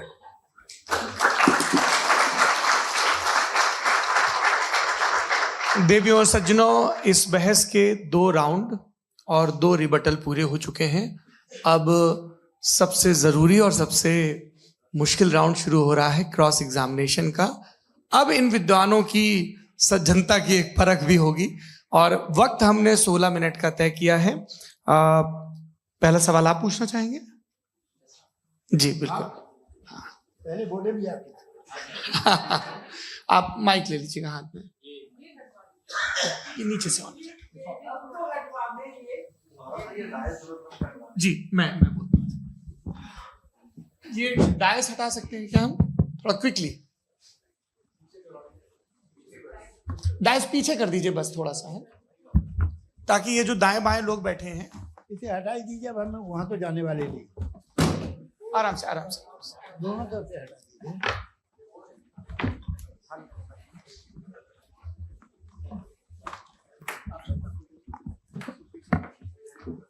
इस बीच आप लोग भी अपने अपने सवाल तैयार कर लें। ये ध्यान रखेंगे कि मैं यहाँ से सवाल लूंगा, आप लोगों को अपना हाथ ऊपर करना है, अपना नाम बताना है और अधिकतम 3 वाक्यों में अपना सवाल पूरा करना है। कई लोग सवाल की जगह भाषण देने लगते हैं, उससे आज बचना है। जी मुफ्ती साहब, पहला सवाल आपका, 16 मिनट है, हम दोनों लोगों के सवाल लेंगे। जी जी बहुत शुक्रिया। आपकी जो अभी बात हुई बहुत अहम थी, मैं इसको चाहूँगा कि आगे डिस्कस करूँ, लेकिन चूँकि अभी ये वो सेगमेंट है क्रॉस एग्जामिनेशन, तो सबसे पहला सवाल आपसे ये है कि जो मैं इतनी देर से कॉन्टिंजेंसी आर्ग्यूमेंट आपको बता रहा था, ये अकल से ही बता रहा था हजरत, आप ये बताएं कि आप इन्फिनिट रिग्रेस ऑफ कॉजेस को पॉसिबल मानते हैं या नेसेसरी बीइंग के एग्जिस्टेंस को सही समझते हैं, क्योंकि दो ही ऑप्शन हो सकता है, आप ये बताएं। देखिए, आपको मैं ईमानदारी से बात करूं, एक तो मैं कॉन्टिजेंसी वर्ड ठीक से समझता नहीं, और इस वक्त भी जो आपने अंग्रेजी के अल्फाज इस्तेमाल किए वो ज़रा थोड़े से मुझे डिफिकल्ट और कॉम्प्लिकेटेड लगे, तो आप ज़रा सिंपल जबान में सवाल कर सकते हैं। बिल्कुल कर सकता हूँ जी। यूनिवर्स की हर चीज कॉन्टिंजेंट होने का मतलब यह है कि वो अपने एग्जिस्टेंस में किसी के ऊपर डिपेंडेंट है। जो भी चीज डिपेंडेंट होगी वो चीज इंडिपेंडेंट नहीं हो सकती, तो उसका कोई ना कोई कॉज होगा। तो अब आप क्या समझते हैं कि ये इन्फिनिट रिग्रेस है, यानी कॉज पर कॉज, कॉज पर कॉज, कॉज पर कॉज, और कभी कोई यानी ये एंडलेसली चलता रहा? क्योंकि अगर ऐसा होगा तो हम तो एग्जिस्टेंस में आते ही नहीं, लॉजिकली ये मुत्तफक अलैह चीज है, मुत्तफक अलैह अग्रीड अपॉन। इस पे हमने एग्री किया था कि मुश्किल शब्द आएगा तो अर्थ बताना पड़ेगा। तो इन्फिनिट रिग्रेस तो पॉसिबल नहीं है, तो कहीं ना कहीं आपको रुकना पड़ेगा ऐसे नेसेसरी बीइंग पर। नहीं, कोई जरूरत नहीं रुकने की। किसने कहा आप रुकना पड़ेगा? आप रुकते हैं खुदा पे, आप नहीं रुकते। आप कहते हैं वो हमेशा से, जब उस वक्त से है जब वक्त नहीं था। आप कहाँ रुकते हैं कि अब हुआ था वो? आप नहीं कहते। हम क्यों नहीं मान सकते कि यूनिवर्स जो है और बल्कि मल्टीवर्सेस जो है वो हमेशा से हैं, वो बनती है, बिगड़ती है। एक हमारे यहाँ एक चीज है ब्लैक होल, वो समेट लेता है वापस, फिर ब्लास्ट होता है, फिर फैल जाता है। और इसमें हमारी तो खैर कोई औकात ही नहीं है इंसान की। एक छोटे से जर्रे पे हम 50-60 साल की उम्र रखते हैं, जो करोड़ों अरबों साल की कायनात है उसमें, और पैदा भी निहायत ही बेहुदा वजह से हुए थे। तो इसमें है ये सोचना कि इसकी वजूहात और ये क्यों है, ये डिपेंडेंट है, ये हम देख रहे हैं। क्या मालूम, आप सोचिए कि ये जो फैल रही है कायनात, ये कहाँ फैल रही है, ये कहाँ जा रही है, और ये फैल क्यों रही है? अरे बना ली थी तुमने, रुको भैया, काफी है। ये फैल क्यों रही है? ये और कौन सी कायनात जिसे मैं दूरबीन से देखता हूं तो 2 बिलियन लाइट ईयर पे है, उससे मेरा कोई वास्ता ही नहीं है। 2 बिलियन ईयर यानी अगर मैं 80,000 माइल्स पर सेकेंड से चलूं तो 20 करोड़ साल में वहां पहुंच जाऊंगा। इसकी जरूरत क्या थी? ये दुनिया, ये कायनात तो इंसान अशरफुल मखलूकात के लिए बनाई गई ना। तो ये सब ये टर्म समझ में नहीं आया, इसमें कोई खास समझने वाली बात थी भी नहीं। ये जो अल्टीमेट कहा यह जाता है कि ये जो पूरी यूनिवर्स है, ये जो दुनिया है, ये इंसान के लिए बनाई गई। अच्छा, ये सब इंसान के लिए। क्यों साहब, सही है ना? बिल्कुल, लेकिन इसका ये मतलब नहीं कि किसी चीज के पीछे रीजन आपको नहीं पता तो रीजन नहीं है, इसे कहते हैं नहीं, मुझे नहीं पता, लेकिन मेरी जिम्मेदारी नहीं। वो बिल्कुल सही कहा था उसने, बर्टन रसल ने। आपने उसे मजाक में टाल दिया कि भाई आप एक दावा कर रहे हैं, मैं क्यों कहूं कि ये गलत है दावा? आप प्रूफ कीजिए, मेरे पे जिम्मेदारी ही नहीं है, मैंने थोड़ी कहा है। आप प्रूफ कीजिए कि ये सही है। आप आर्ग्यूमेंट ऑफ कंटिंजेंसी का जवाब ही नहीं दे रहे हैं। सवाल पूछना चाहेंगे? आप सवाल पूछना चाहेंगे मुफ्ती साहब से? क्योंकि ये क्रॉस एग्जामिनेशन का दौर है। आप जैसे पहले बोल रहे थे फेथ को लेके कुछ, मैं ये पूछना चाहूंगा कि खुदा ने जो भी रेवल्यूशन किए हैं, एक मजहब के नहीं बहुत से मजहबों में किए हैं, अलग अलग रेवल्यूशन है। कहीं कुछ एक बातें हैं, कॉन्ट्रडिक्शन भी है आपस में, कहीं कुछ आप कर सकते हैं, कहीं कुछ नहीं कर सकते। ऐसा नहीं है कि सबकी कोड ऑफ मॉरल एक है। तो ये किस्सा क्या है? अब आप ये देखिए कि मुझे कभी कभी लगता है कि जो फुटबॉल फाइनल होता है, लाखों लोग होते हैं, फिर वो टीवी कवर कर करोड़ों लोग, अगर उसमें खुदा की एक बूमिंग आवाज आ जाती, मैं गॉड हूं, तो सारे लोग अभी सुन लेते और टीवी पे भी सुन लेते, किस्सा खत्म होता। ये इतनी राजदारी क्या है कि तुम सामने कुछ तो सबूत दे दो हमें सॉलिड। ये कह रहे साहब ये यूनिवर्स कैसे बनी, इससे मसला क्या हल होगा? मैं पूछूंगा आपसे खुदा कैसे बना? क्यों नहीं पूछूंगा कैसे बना? बल्कि वो तो कायनात से कहीं ज्यादा इंटेलिजेंट है, कायनात से कहीं ज्यादा कॉम्प्लेक्स। जी वो हमेशा से है। आप कहेंगे मैं मान लूंगा।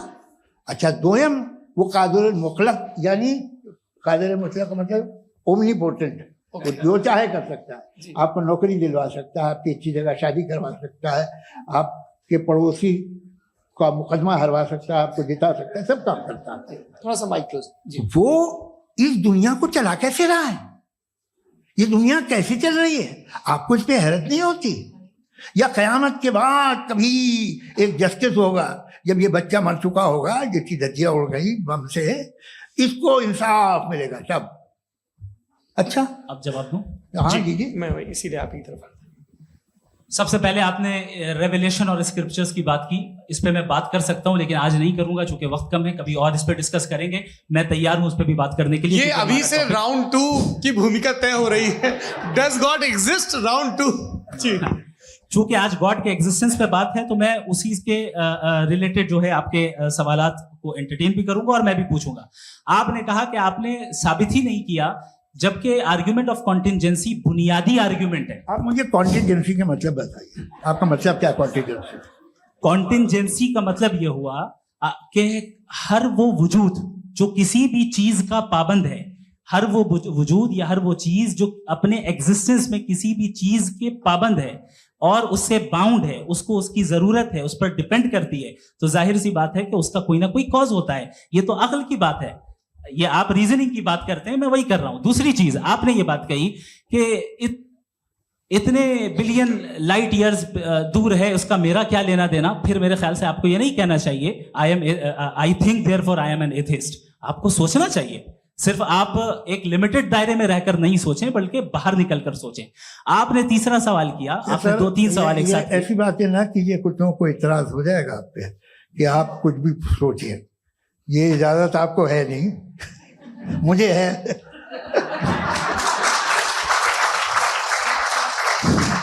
जी।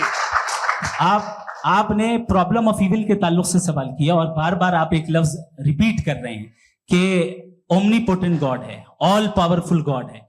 यही तो दरअसल समझना है कि गॉड का कॉन्सेप्ट क्या है। प्रॉब्लम ऑफ इविल जो है, प्रॉब्लम ऑफ इविल दर हकीकत 2 असम्पशंस पर कायम है। अगर आप इन 2 असम्पशंस को समझ जाएं तो ये प्रॉब्लम नहीं रहेगी, आर्ग्यूमेंट आपको समझ में आ जाएगी कि ये कोलैप्स कर जाता है।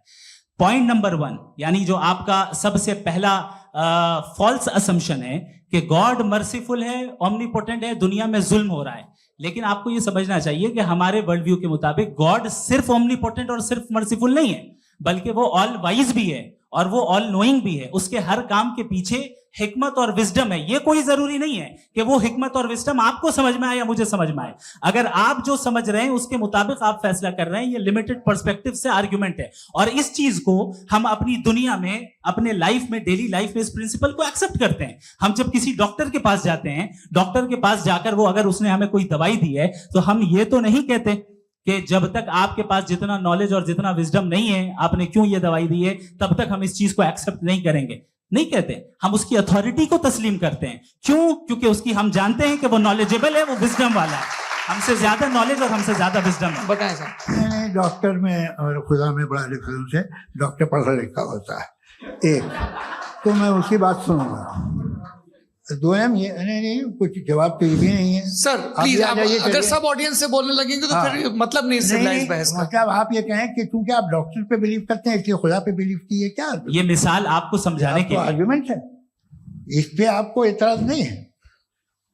तो सिंपल बात ये है कि मैं अगर ये यकीन कर लूं कि एक ओमनीपोटेंट, उसकी मसलहत है, ये जो बच्चे मर रहे हैं ये मसलहत है उसकी, मुझे नहीं चाहिए थी मसलहत। उसकी मसलहत नहीं, यही तो समझना है, मतलब एक्सपीरियंस।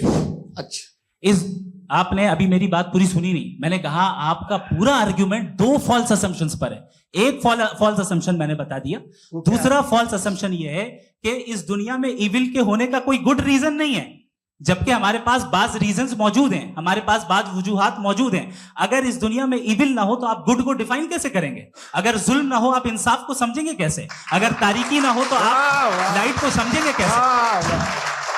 बहुत अच्छे। अभी और सुन लें, अभी और बाकी है। ये तो बात बहुत पसंद आई साहब मुझे कि जब तक रेप ना हो तब तक औरतों की इज्जत का ख्याल आपने मेरा जवाब पूरा सुना ही नहीं। जब तक के बच्चों का कत्ल ना किया जाए तब तक आपको बच्चों की मासूमियत की इज्जत। आपने पूरा जवाब सुना ही नहीं। क्या बात है, क्या आपने नुक्ता निकाला? आपने पूरा जवाब सुना ही नहीं। आप सुन लें, मेरी बात सुन लें। ये मैंने आपको एक चीज बताई। दूसरी चीज, इस दुनिया में हम आए हैं टेस्ट के लिए, हमारा टेस्ट हो रहा है और हर इंसान का अलग अलग अंदाज में टेस्ट होता है। और इस दुनिया में अगर इविल मौजूद है तो वो इविल जरिया है हमारे अंदर ह्यूमन नोबल क्वालिटीज को डेवलप करने का और अलग अलग फील्ड में प्रोग्रेस करने का। और अगर हमारे अंदर और इस दुनिया में इविल नहीं होता तो बताइए टेस्ट का मतलब क्या होता? अगर मैं अपने स्टूडेंट को एमसीक्यूज दूं और उसमें सिर्फ राइट आंसर लिख कर दे दूं और कहूं तुम्हारा टेस्ट हो गया, ये मीनिंगलेस है। इस दुनिया में अगर हम टेस्ट के लिए आए हैं तो जाहिर है गुड एंड इविल दोनों मौजूद है। बताइए। तो अगर गुड एंड इविल दोनों मौजूद है तो ये इविल भी खुदा का बनाया हुआ है? जी हाँ, खुदा का बनाया हुआ है। लेकिन अच्छा, चलो अच्छी बात। जी बिल्कुल, तो बिल्कुल खुदा ने बनाया। अभी तो ये है कि जो मेजॉरिटी है दुनिया में वो इविल है, तो ये खुदा एक्चुअली इविल के साइड पे लग रहा है मुझे। बिल्कुल भी नहीं, मैं बता मेजॉरिटी में तो वो है। क्या बात कर रहे हैं भाई आप? मैं बहुत कोई भी जो मुंसिफ होगा, चाहे आपका अपना घर हो जिसके आप सबसे बड़े हैं, चाहे आपकी ऑर्गेनाइजेशन हो जो आप चलाते हैं, वहां पर आप इविल रखेंगे साबित करने को कि बाकी लोग शरीफ हैं? मेरी बात सुनिए। क्या ये आर्ग्यूमेंट ही गलत है? अगर कि जब तक के कोई इविल नहीं होगा तब तक के शरीफ आदमी शरीफ नहीं लगेगा। अगर एग्जामिनर गलत ऑप्शन दे रहा है तो एग्जामिनर इविल नहीं हो गया, जो गलत ऑप्शन को सेलेक्ट कर रहा है वो फेल होगा। क्रिएटर ने इविल को बनाया है लेकिन वो इविल नहीं है। अच्छा सुनिए मेरी बात, लेट मी कंप्लीट सर। जी जी। क्रिएटर ने इविल को बनाया है टेस्ट के लिए, वो इविल नहीं है। इविल वो होगा जो उसे इख्तियार करेगा। छुरी को बनाने वाला गलत नहीं होता है, छुरी का गलत इस्तेमाल करने वाला गलत होता है। रेप को कैसे गलत इस्तेमाल करते हैं? रेप इंसान के फ्री विल का नतीजा है।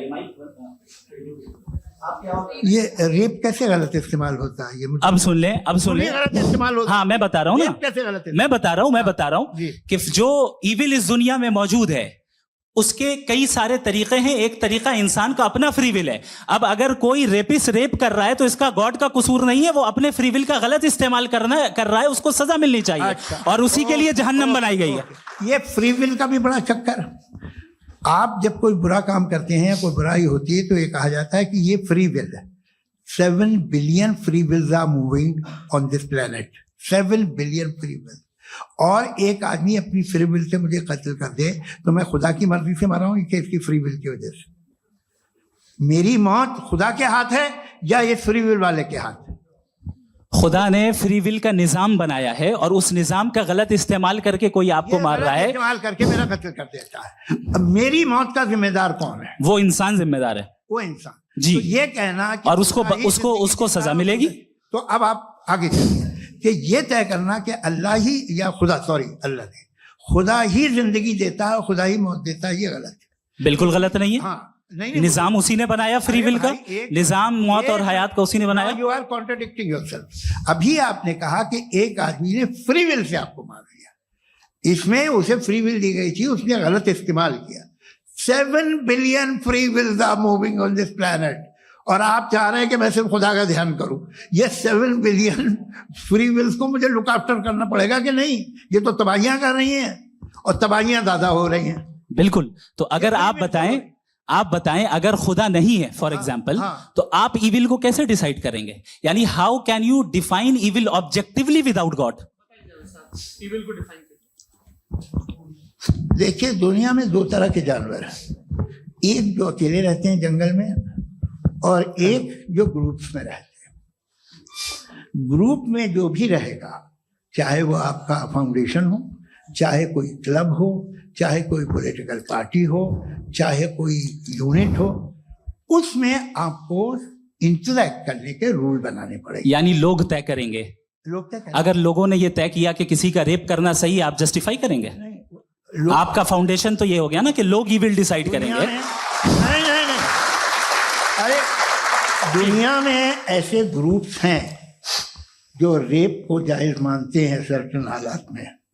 मैं डिटेल में नहीं जानूंगा, आप भी जानते हैं।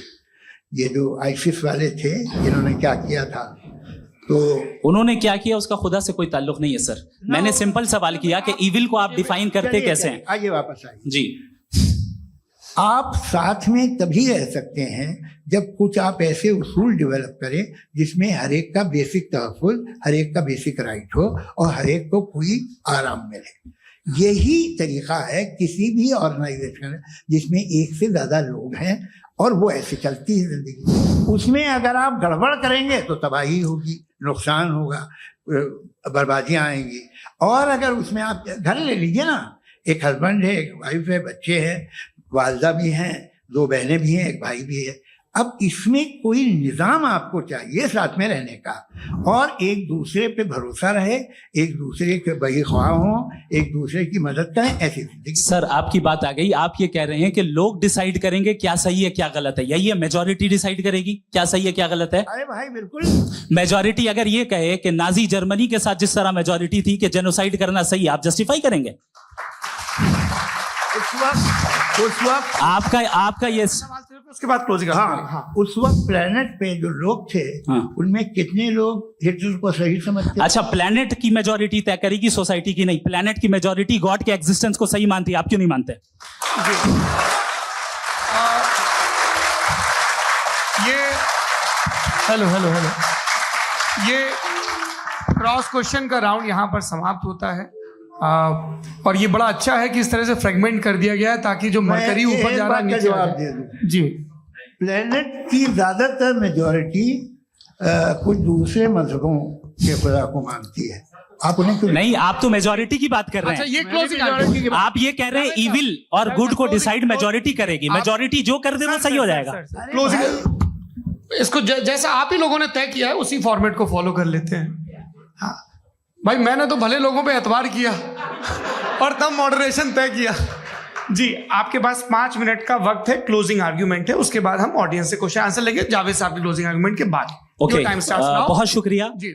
हमारा जो टॉपिक है डज गॉड एग्जिस्ट, मैं इस पे इतने एकेडमिक तैयारी करके आया था, मुझे था कि मैंने सोचा था कि कई सारे मैं आर्ग्यूमेंट्स दूंगा, लेकिन वक्त की भी किल्लत और जावेद साहब बार बार इधर उधर चले जा रहे थे तो उसको भी थोड़ा एंटरटेन करना पड़ गया।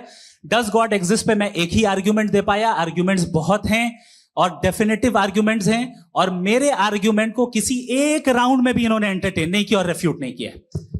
एक राउंड में भी नहीं, एक राउंड में भी नहीं। और ना ही अभी आपका क्लोजिंग आर्ग्यूमेंट आएगा, नहीं, वो बता देना। Argument of contingency sir. अरे मैं आपसे कई बार कह चुका हूँ कंटीजेंसी का मतलब। अब मैं कैसे समझाऊं आपको? आपस में हाँ, आप और कितने आसानी से समझाऊं मैं, मुझे तो नहीं समझ में आ रहा है।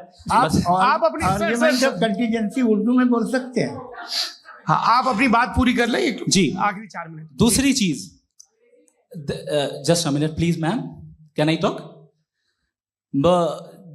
दूसरी चीज ये है कि आपने एक तो इसका जवाब नहीं दिया, दूसरा आपने गॉड के ना होने पर कोई डेफिनेटिव आर्ग्यूमेंट नहीं दिया, सिर्फ मजहब पे बात कर रहे हैं आप। मजहब तो आज हमारा टॉपिक ही नहीं था। आज तो हमारा टॉपिक हो, आप मजहब से ले लेकर आईएस तक चले गए। भाई हमारा क्या ताल्लुक है उससे? We condemn them.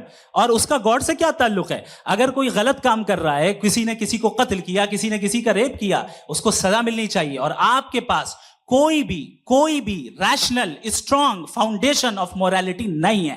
आपने कहा कि मेजॉरिटी तय करेगी सोसाइटी की, वो सही होगा। मैंने कहा हिटलर को फिर आप सही कहेंगे, नहीं, प्लैनेट की सोसाइटी की मेजॉरिटी तय करेगी। तो प्लैनेट की मेजॉरिटी गॉड के एग्जिस्टेंस को मानती है, आप कह रहे हैं ये रिलीजियस है। तो यानी आपके पास कोई स्ट्रॉन्ग फाउंडेशन नहीं है ऑब्जेक्टिव मोरालिटी का। ऑब्जेक्टिव मोरालिटी का अगर कोई फाउंडेशन है तो वो सिर्फ गॉड है, गॉड है, गॉड है। थैंक यू जी। ये मुफ्ती शमाइल नदवी साहब का क्लोजिंग आर्ग्यूमेंट था। अब हमारे पास जी ये बड़ा अच्छा है कि दोनों लोगों को मॉडरेटर से शिकायत भी और बोल रहे हैं भाई हमारी शाबाशी भी तो करते चलो। अब मेरी बात जी, आपके पास जावेद अख्तर साहब 5 मिनट का वक्त है, ये आपका क्लोजिंग आर्ग्यूमेंट है, टाइम रीसेट कर दें। जी देखिए, बहुत सारी बातें हैं। गॉड का डेफिनेशन दुनिया के किसी भी रिलीजन में है कि वो ओमनीपोटेंट है, वो ओमनीप्रेजेंट है, he is just, he is kind, he loves you and so on. मैं जब दुनिया देखता हूँ तो मुझे कोई ऐसा सुप्रीम पावर यहाँ दिखाई नहीं देती है जो इंसान की बहबूदी के लिए कुछ कर रही हो, कमज़ोर को बचा रही हो, मदद कर रही हो, जालिम को पीछे हटा रही हो। मैं नहीं देखा, तारीख में नहीं। एक तो अगर है और ये देख रहा है तमाशा, तो उसका होना न होना बराबर है। दोयम ये कि ये जो है, जब आप ये कहते हैं कि कायनात जिसकी कंटीजेंसी है, मैं देखिए वो लफ्ज़ इस्तेमाल किया मैं, तो ये कैसे हो सकती है भाई? और फौरन आप सरेंडर कर देते हैं कि जाहिर है कि इसका बनाने वाला तो इससे 10,000 गुना ज़्यादा कॉम्प्लिकेटेड होगा, उस पर आपके होने पे कोई इतराज नहीं है। उसे वो टाइमलेस है, वो पहले से था, टाइम तो बहुत बाद में आया, ये सब आप मानने को तैयार है, जिसका आपके पास कोई सबूत नहीं, आपके पास कोई रीजन नहीं है। आपकी तारीफ क्या है मजहबों की, बिलीफ की, जो खुदाओं का बिलीफ है, ये कॉन्स्टेंटली गलत साबित होता रहा है। मतलब आप कहें कि अरिस्टोटल के ज़माने में तो सब जाहिल थे, वो भी इतने ही यकीन से खुदा पे यकीन रखते थे, जो अब नहीं रहा, ये भी नहीं रहेगा, आप लिख लीजिए। और इसके आसार आपको दुनिया में दिखाई देना शुरू हो चुके हैं। ये बहस क्या आज से 100 साल पहले इस तरह हो सकती थी? यहाँ तक तो आपको हम ले आए हैं। तो सर अरे इनको मदद की जरूरत नहीं भाई, ये सेल्फ सफिशिएंट आदमी है, आप क्यों इनकी मदद कर रहे हैं? Sir please. तो ये जो है तमाम बातें अपनी जगह हैं, ये एक पैकेज है। आप अकेले, कोई आदमी ऐसा नहीं जो सिर्फ गॉड को मानता हो, उसके साथ बहुत पैराफर्नेलिया आता है, अलग अलग पैराफर्नेलिया आते हैं। They have always created chaos in the society. मैं तो आपको सीधा ऑफर देता हूँ कि दुनिया में 10 इम्पोर्टेंट बिलीव्स है, आप एक मानते हैं, 9 नहीं मानते, 9 में आप एथीस्ट हैं, 9 को आप बिल्कुल रीजनेबली मेरी तरह देखते हैं। तो 90 मजहबी आदमी भी 90% एथीस्ट है, वो दूसरे खुदा नहीं मानता, एक खुदा मानता है अपना वाला, बाकियों को कहता है गलत है। अगर आप मानना ही बंद कर दे तो आपका 10% चांस है कि आप सही हैं और 90% चांस है कि आप गलत हैं। मेरा मशवरा है आप मानना छोड़ दिए तो 50% चांस होगा कि आप सही हैं और 50% चांस होगा, 40% आप गेन करेंगे बाय बिकमिंग एथीस्ट।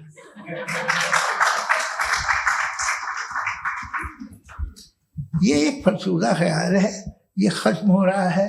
हो सकता है मेरी जिंदगी में ना हो, लेकिन ये हो जाएगा।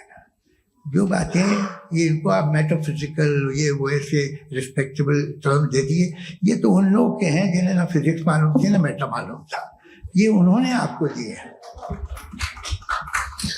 जी बहुत शुक्रिया आप दोनों लोगों का। और अब इस बातचीत का आखिरी राउंड शुरू होगा, डज गॉड एग्जिस्ट की ये बहस मुफ्ती शमाइल नदवी और जावेद अख्तर साहब के बीच।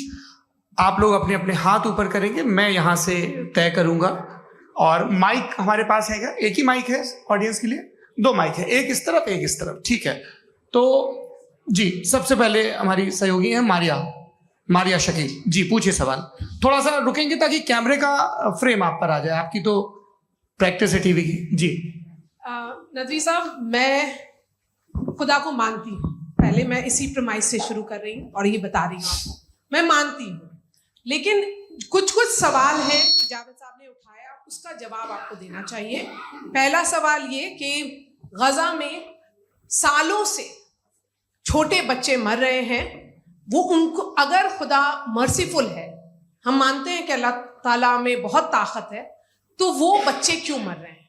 दूसरी बात ये कि अगर कंटिजेंसी की जो आप बात करते हैं, पूरे मुस्लिम ममालिक मिल करके भी उन गजा के बच्चों को क्यों नहीं बचा पा रहे हैं? क्योंकि अगर वो चाहते, क्योंकि अल्लाह ताला उन पर हुकूमत करते हैं, सब पर हुकूमत करते हैं, तो वो उनको क्यों नहीं बचा? जी थैंक यू वेरी मच।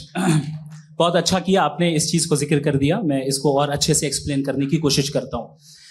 देखें, जहां तक आपने कहा कि गजा के बच्चों को मारा जा रहा है, देखें 2 वर्ल्ड व्यू है, एक एथीस्टिक वर्ल्ड व्यू, एक थीस्टिक वर्ल्ड व्यू है। बच्चे मर रहे हैं दोनों वर्ल्ड व्यू में, लेकिन हमारा वर्ल्ड व्यू कह रहा है कि रिकॉम्पेंस है, ये कह रहे हैं कि उनका मरना बेकार जाने वाला है, कोई उसका रिकॉम्पेंस नहीं है, चूंकि इनके यहाँ आखिरत और अल्लाह का कोई तसव्वुर या गॉड का कोई तसव्वुर नहीं है। आपने ये सवाल किया कि गॉड मर्सीफुल है, क्यों नहीं रोकता? ये मैंने बताया कि ये मिसकंसेप्शन है लोगों के दरमियान कि गॉड को सिर्फ मर्सीफुल और ओमनीपोटेंट समझते हैं। गॉड के सिर्फ यही 2 एट्रीब्यूट्स नहीं हैं, गॉड के कई सारे एट्रीब्यूट्स हैं, उनमें से अल हकीम भी है, उनमें से ऑल वाइज भी है, ऑल नोइंग भी है। लिहाजा अगर इस दुनिया में किसी को तकलीफ आ रही है और गॉड उसको नहीं रोक रहा है, वो इसलिए नहीं रोक रहा है चूंकि इंसानों को फ्री विल दिया गया है। ठीक इसी तरीके से अगर एक डॉक्टर किसी छोटे बच्चे को इंजेक्शन लगा रहा है, उसे तकलीफ पहुंच रही है, उसके लिमिटेड पर्सपेक्टिव के एतबार से ये गलत हो रहा है और डॉक्टर बुरा है, लेकिन जब आप ब्रॉडर पिक्चर को देखेंगी, आपके और हमारे पास सिर्फ एक पिक्सल है, हमें इतना नजर आ रहा है कि गजा में कत्ल हो रहा है, लेकिन इसके पीछे कितना रिकॉम्पेंस उनको मिलने वाला है, पूरा पिक्चर गॉड के पास है। तो एक पिक्सल से आप पूरे पिक्चर को कभी भी जज नहीं कर सकती। आप इसमें कुछ जोड़ना चाहेंगे? आपको कुछ बोलना है इसमें? भैया आपने बहुत अच्छा जस्टिफिकेशन दिया। या आप वो जो वहाँ के प्राइम मिनिस्टर इजराइल के उन्हें भेजिए, वो बहुत खुश होंगे। आप जस्टिफिकेशन दे देना कि अगर गॉड नहीं है तो बच्चे क्यों मर रहे हैं, आप बताएं। वो ये सवाल पूछ रहे हैं कि अगर आप ईश्वर का अस्तित्व नहीं मानते हैं तो उन बच्चों की मौत को आप कैसे इंटरप्रेट करते हैं? भाई ये दुनिया जो है, जो ताकतवर लोग होते हैं वो एक नाइंसाफी करते हैं। तो ये अच्छा काम है आपके नजदीक, तो नेचर नाइंसाफी पे मबनी है। अरे मेरे भाई, आप नेचर की कहाँ बात कर रहे हैं, तो इंसान की बात कर रहे हैं। तो फिर जब मैं इंसान की बात कर रहा था, आप नेचर की बात करने लग क्रॉस गए। एग्जामिनेशन। हाँ, अब आप मुझे बोलने नहीं देंगे तो अलग बात है, आप बोलिए, मैं मुझे कोई चीज़ नहीं। जी नहीं, ये क्रॉस एग्जामिनेशन। मुझे बोल तो लेने दीजिए। जी बोलिए। क्या बात ये है कि ह्यूमन सोसाइटी तभी साथ में रह सकती है जब वो मोहब्बत से, एकता से, एक दूसरे के एहतराम करके रहे। इसके अलावा पॉसिबल नहीं है, अकेले तो इंसान रह नहीं सकता। वहाँ पर कुछ लोग हैं जो फाउल करते हैं। वो फाउल हम हमेशा से तारीख में होता आया है। आज ये हो रहा है, जो हो रहा है बहुत बुरा हो रहा है, बहुत जालिमाना है, बहुत जाबराना है। उसको आप कहें कि ये बच्चों को कॉम्पनसेशन मिल जाएगा या इसकी इंजेक्शन है। इंजेक्शन तो हेल्थ के लिए दिया जाता है। आप ये कह रहे हैं कि ये बच्चों की जो धज्जियां उड़ रही हैं ये इंजेक्शन है, ये टेस्ट है, ये टेस्ट है, और उस टेस्ट में उनको ऐसा रिकॉम्पेंस मिलेगा जो आपके तस्वुर के बाहर है। ये आप 3 बरस के बच्चे को बारूद से उड़ा के टेस्ट ले रहे हैं। वाह, वो नहीं ले रहा है, खुदा नहीं उड़ा रहा है, इजराइल उड़ा रहा है। तो उसको कंडेम अगला सवाल लेते हैं। अगला सवाल लेते हैं प्रोफेसर पुरुषोत्तम अग्रवाल। मुफ्ती साहब, एक निवेदन आपसे है कि कम से कम थोड़ा सा माइक क्लोज एक रिलीजियस और फिलोसफिकल कर मैं प्लीज। एक रिलीजियस और फिलोसफिकल ट्रेडिशन है जो ब्रह्मांड को यानी यूनिवर्स को ही अंतिम मानती है। सर्वम खलु इदम ब्रह्मम, this is Chandogya Upanishad, and it completely rules out the existence और नेसेसिटी, आपके शब्दों में necessity of a creator. The creation itself is the creator. तो एक मिनट प्लीज। दूसरा जो सवाल आपने अभी, जो आप बार बार कह रहे हैं कि भगवान विद्वान भी है, वाइज, सब जानने वाला, तो अगर विजडम में दुनिया भर के पापों और अत्याचारों को बर्दाश्त करना शामिल है, तो फिर इसका मतलब ये हुआ कि अगर मैं फ्री विल से उसको अपोज करता हूं तो ईश्वर की विजडम और मेरी फ्री विल में कॉन्ट्राडिक्शन है। Because when I am opposing whatever is happening in Gaza, then I am opposing the God's will or God's wisdom. जवाब लेते हैं। क्योंकि तो गॉड की विजडम, एक मिनट सर प्लीज सर, ये एक जुमला, गॉड की विजडम है कि गाजा में जो कुछ हो रहा है वो हो रहा है, मैं उसका अपोज कर रहा हूं, तो मैं गॉड की विजडम के खिलाफ जा रहा हूं। एक सवाल। दूसरा ये नहीं, आपने 2 ऑलरेडी। सर आप और सवाल कर लें, लेकिन मुझे 2 जवाब दे। पहले आपने ये कहा, सुनिए मेरी बात सुनिए। इजराइल के गॉड के मुताबिक तुम्हारा ठीक हो रहा है ना? नहीं हो रहा है, ठीक नहीं हो रहा है। मैं बता रहा हूँ क्या हो रहा है, आप तशरीफ रखें, मैं बता रहा हूँ क्या हो रहा है। Let me complete please. एक सेकंड गाइस, एक सेकंड। ये देखिए, ऐसा है कि ये सब बड़ा आपस में विचार विमर्श के बाद ये तय हुआ था कि कुछ नियम बना लिए जाएं ताकि एक टाइम बाउंड बातचीत चले। और भाई साहब, आप बड़ा जरूरी काम कर रहे हैं लेकिन कैमरे के फ्रेम में आके उस काम को गड़बड़ कर दे रहे हैं। ठीक है गुरु, अब मेरे को कहीं का गुस्सा कहीं निकालना था, सॉरी। नहीं, कोई गुस्सा नहीं है जी। तो प्रोफेसर ने सवाल पूछे, आप उनके जवाब दें, और थोड़ा ये सब लोग थोड़ा ख्याल रखें भाई, सवाल संक्षिप्त रखें जी। आपने 2 सवाल किया। सबसे पहला ये कहा कि हमारे पास ये कॉन्सेप्ट है कि ये यूनिवर्स खुद नेसेसरी बीइंग है, creation itself is the creator. How irrational is this कि मैं एग्जिस्ट करूंगा बाद में, लेकिन अभी एग्जिस्ट कर भी रहा हूं, यानी एक ही टाइम में एग्जिस्ट भी कर रहे हैं, नहीं भी कर रहे हैं। This is not true. दूसरी चीज, आपने कहा कि अगर इजराइल में, सॉरी माफ कीजिएगा, Israel doesn't exist, occupied Palestine में अगर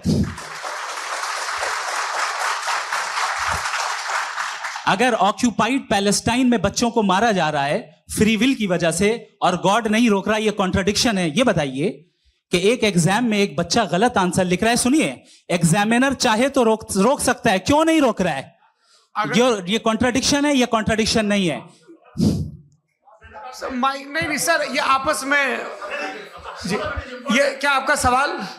माइक दीजिए। फ्री विल दिया गया है टेस्ट के लिए, अकाउंटेबिलिटी के लिए। अगर फ्री विल नहीं होता तो आप कहते हैं हमें रोबोट बना दिया गया। नॉट मिसरिप्रेजेंट माय पोजीशन, आपकी जो भी पोजीशन, मैं अपनी फ्री विल के नाते, अपने ह्यूमन विजडम के नाते गाजा में हो रही अत्याचार का विरोध करता हूं। बिल्कुल करना चाहिए। के हिसाब से मैं गॉड की विजडम का विरोध कर रहा हूं? बिल्कुल नहीं, समाज हो रहा है गॉड की, बिल्कुल भी नहीं, बिल्कुल भी नहीं।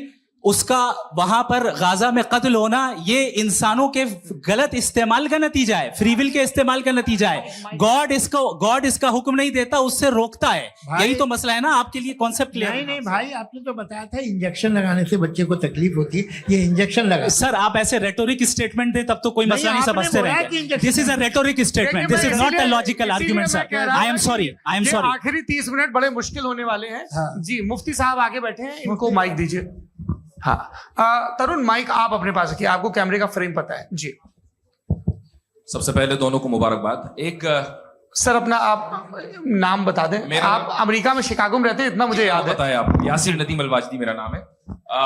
जावेद सर, आपसे क्वेश्चन है इन्फिनिट रिग्रेस के ताल्लुक से। एक हाइपोथेटिकल सिनेरियो है, मसलन अगर आप सर माइक थोड़ा सा प्लीज क्लोज रखिए। ओके जी, अगर आप शायर इसलिए हैं कि आपके कोई उस्ताद शायर थे, और वो इसलिए शायर थे कि उनके कोई उस्ताद शायर थे, और इसी तरीके से हम माजी में पीछे चलते चलते चले जाएं और कहीं ना रुके, तो माफ कीजिएगा आप कभी शायर नहीं हो सकते। लेकिन आप शायर हैं, आपका शायर एग्जिस्ट करता है, इसका मतलब यह है कि आप कहीं ना कहीं रुके हैं। तो मेरा सवाल यह है कि क्या आप इन्फिनिट रिग्रेस ऑफ कॉजेस को लॉजिकल फैलेसी मानते हैं या नहीं मानते? हाँ या ना? मैं इन्हें लॉजिकल फैलेसी नहीं मानता हूँ, लेकिन मेरा प्रॉब्लम यह है कि जब मैं नहीं मानता हूँ तो I continue with this logic जो फैलेसी नहीं हो। आप एक जगह रुक जाते हैं जाके, आप कहते हैं ये गेंद कैसे बनी, ये जजीरा कैसे बना, ये समंदर कैसे बना, ये जमीन कैसे बनी, और अचानक गॉड पे जाके आपको ब्रेक लग जाता है। एक बार आप सवाल नहीं करते कि भाई इनको बनाने वाला तो इनसे भी कॉम्प्लिकेटेड होगा, वो कैसे बना, उसके बारे में आपने इत्मीनान कर लिया वो हमेशा से। तो अगर आप उसे हमेशा से मानते हैं तो फिर ये मान लीजिए कि कायनात हमेशा से, क्या तकलीफ? हम वजूद में नहीं आते जी है? हम मौजूद नहीं। अच्छा सर क्यों नहीं होता? मैं बताऊं प्लीज। मैंने मिसाल दी आपके शेर, आपका शेर कभी वजूद में ना आता अगर शायर इसी तरह चलते रहता हमेशा। जी, माइक मेरे ख्याल से एक सेकंड। इन्फिनिट रिग्रेस का कॉन्सेप्ट क्लियर नहीं हो पाया। सर रहने दें, लेट्स मूव ऑन। ठीक है। हाँ, थोड़ा सा मॉडरेटर का भी ख्याल रखें। नहीं, आपने तो रखा है, आपने रखा है। यहाँ पे गौहर रजा साहब हैं, वो भी एक सवाल पूछना चाहते हैं। माइक यार नीचे से ऑन कर दिए, नीचे। पहले तो ये कह दूं कि मैं उन बच्चों से शर्मिंदा हूं जिनको गजा में कत्ल किया गया, क्योंकि हमारे होते हुए कत्ल किया गया। लेकिन उससे ज्यादा शर्मिंदगी इस बात से हुई कि मुझे लगा कि मुफ्ती साहब उसको जस्टिफाई कर रहे हैं। बिल्कुल भी नहीं। आप बहुत ही गलत। मुझे लगा मैं गलत हो सकता हूं। बिल्कुल गलत मैं है। सवाल पूछ रहा हूं। सवाल मैं देखिए, सवाल अगर पूछ रहा हूं। एक मैं जावेद भाई से डिसएग्री करता हूं। एक सेकंड देखिए, अगर देखिए ऐसा, एक सेकंड आप सर वेट, अरे आप कुछ मेरे पहले मुझे अपनी बात कह लेने दीजिए। अगर ऑडियंस तय करेगी तो फिर मॉडरेटर का मतलब नहीं। मेरा आप सबसे ये कहना है, ये बहस दो लोगों के बीच में है, एक तरफ मुफ्ती साहब, एक तरफ जावेद साहब। पिछले 1.5 घंटे से ये लोग अपने अपने तर्क रख रहे हैं। आपकी इनसे इत्तेफाकी हो सकती है, ना इत्तेफाकी हो सकती है। मेरे उस्ताद मुझे सिखा गए हैं कि मुखामुखम में असहमति की गुंजाइश बची रहनी चाहिए। अगर मैं आपकी बहुत इज्जत करता हूं गौहर साहब, आपने जो कमाल की किताबें लिखी, साइंटिफिक टेम्परामेंट, लेकिन मेरी ये गुजारिश है आप सबसे कि यदि आप इन लोगों ने जो बोला उन पर टिप्पणियां करेंगे तो ना वक्त की पाबंदी रहेगी, ना वो अनुशासन। आप सवाल पूछ लें, उस सवाल में जो बात आ जाए वो आ जाए। मैं जावेद साहब से डिसएग्री करता हूं, इसलिए जावेद साहब से सवाल पूछ रहा हूं। आपका सवाल जावेद अख्तर साहब से। और सवाल यह है मेरा कि जावेद साहब ने कई बार लॉजिक का इस्तेमाल किया कि साइंस में लॉजिक है और रिलीजन में लॉजिक नहीं है। मेरा ख्याल यह है कि रिलीजन में भी लॉजिक है, लेकिन उस लॉजिक की बेसिस ये है कि आप रुक जाते हैं, जिसका जिक्र जावेद साहब ने बार बार किया, यानी खुदा के तस्वुर पे आते हुए, गॉड के तस्वुर पे आते हुए रुक जाते हैं। और इसमें सवाल पूछना मतलब फॉरबिडन होता है। सवाल यह है कि क्या जावेद साहब इससे एग्री करते हैं कि साइंस की लॉजिक अलग है और रिलीजन की लॉजिक अलग है? बताइए सर। देखिए, तीन चीजें हैं। साइंस है, एक है मंतिक है, इस्तिदलाल है, और एक जो है कुछ भी नहीं है, फेथ है, अकीदा है। मैं अकीदे की लॉजिक का कायल नहीं हूँ। मुझे आप इस्तिदलाल से, लॉजिक से, रीजन से समझाइए, मैं मानने को तैयार हूँ, मेरा क्या नुकसान होगा। लेकिन ये कि अकीदे पे मैं नहीं जा सकता हूँ। अकीदे का मतलब है कि तुम ये मान लो, सवाल ना करो, ये नहीं।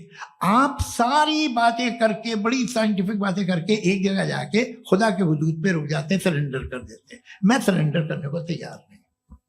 That's all. जी, ये आगे सर बैठे हुए हैं, इनको माइक दीजिए। भाई वो आप पूछना चाह रहे थे ना भाई? हाँ, नहीं मैं ये जी, आपका नाम?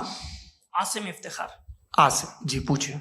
सर, जावेद सर से सवाल है कि आपने अपने माइक थोड़ा करीब रखिए। अपने क्लोजिंग स्टेटमेंट में ये बात कही थी कि मजहब का जो फ्यूचर है वो ज़्यादा दिन नहीं जाने वाला है, लेकिन मैं देख पा रहा हूँ कि जो ऑक्सफोर्ड यूनिवर्सिटी की एक स्टडी है 2011 में हुई है, जिसके 50 एकेडमिशियंस ने इसको अंजाम दिया था, उसमें वो ये कहते हैं कि जो फेथ इन गॉड है वो इनबिल्ट है ह्यूमन नेचर के अंदर, जिसको हम कहते हैं फितरत के अंदर शामिल है वो।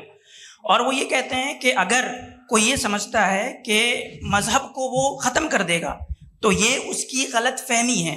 तो आप इसके बारे में, इस स्टडीज़ के बारे में क्या कहते हैं? ठीक है, मैं उनसे एग्री नहीं करता हूँ। वो कौन से प्रोफेसर होंगे? ऐसा उनके क्या पास डेटा है, इन्होंने डेटा के बेस होगा। डेटा क्या हो सकता है? फ्यूचर का डेटा तो नहीं हो सकता ना उनके पास, प्रेजेंट का डेटा हो सकता है। डेटा आपने सुना 100 साल पहले का बाद का डेटा? मैंने तो नहीं सुना आज तक।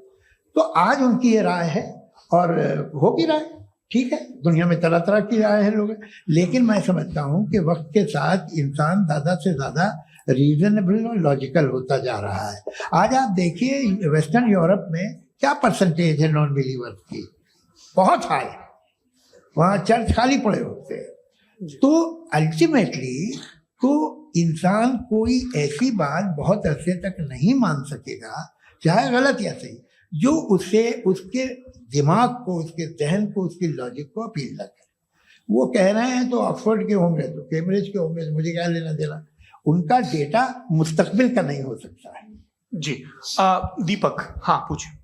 मैं आऊंगा, अभी पीछे की साइड भी आऊंगा, माइक वहीं भेजूंगा 2-3 साल के लिए। जी जावेद साहब, आपसे सवाल है। नमस्ते।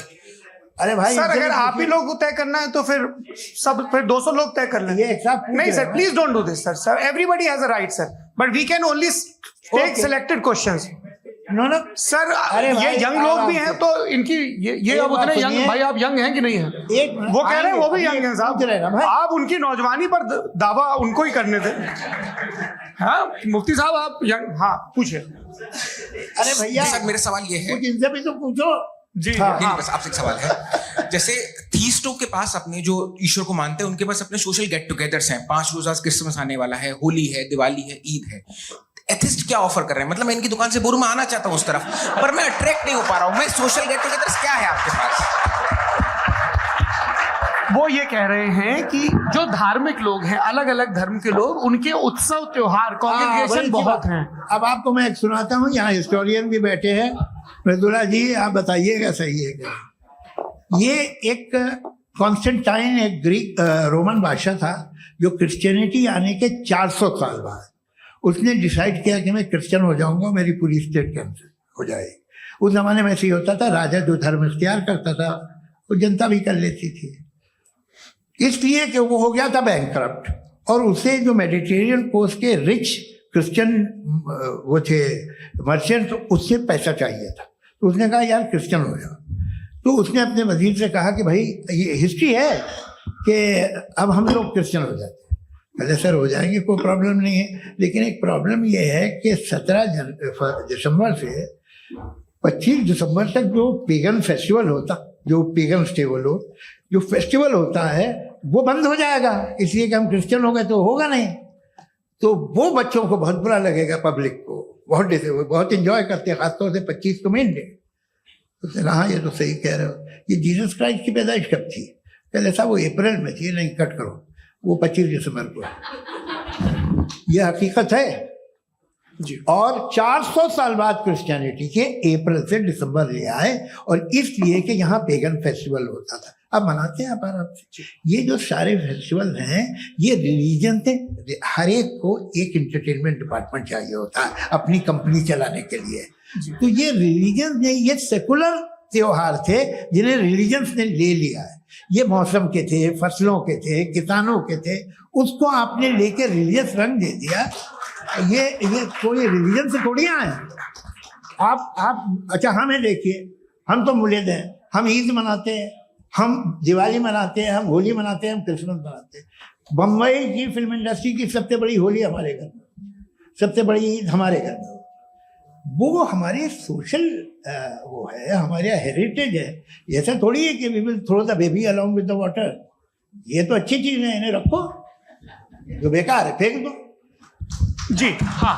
हेलो जी, मेरा सवाल नादवी जी से है।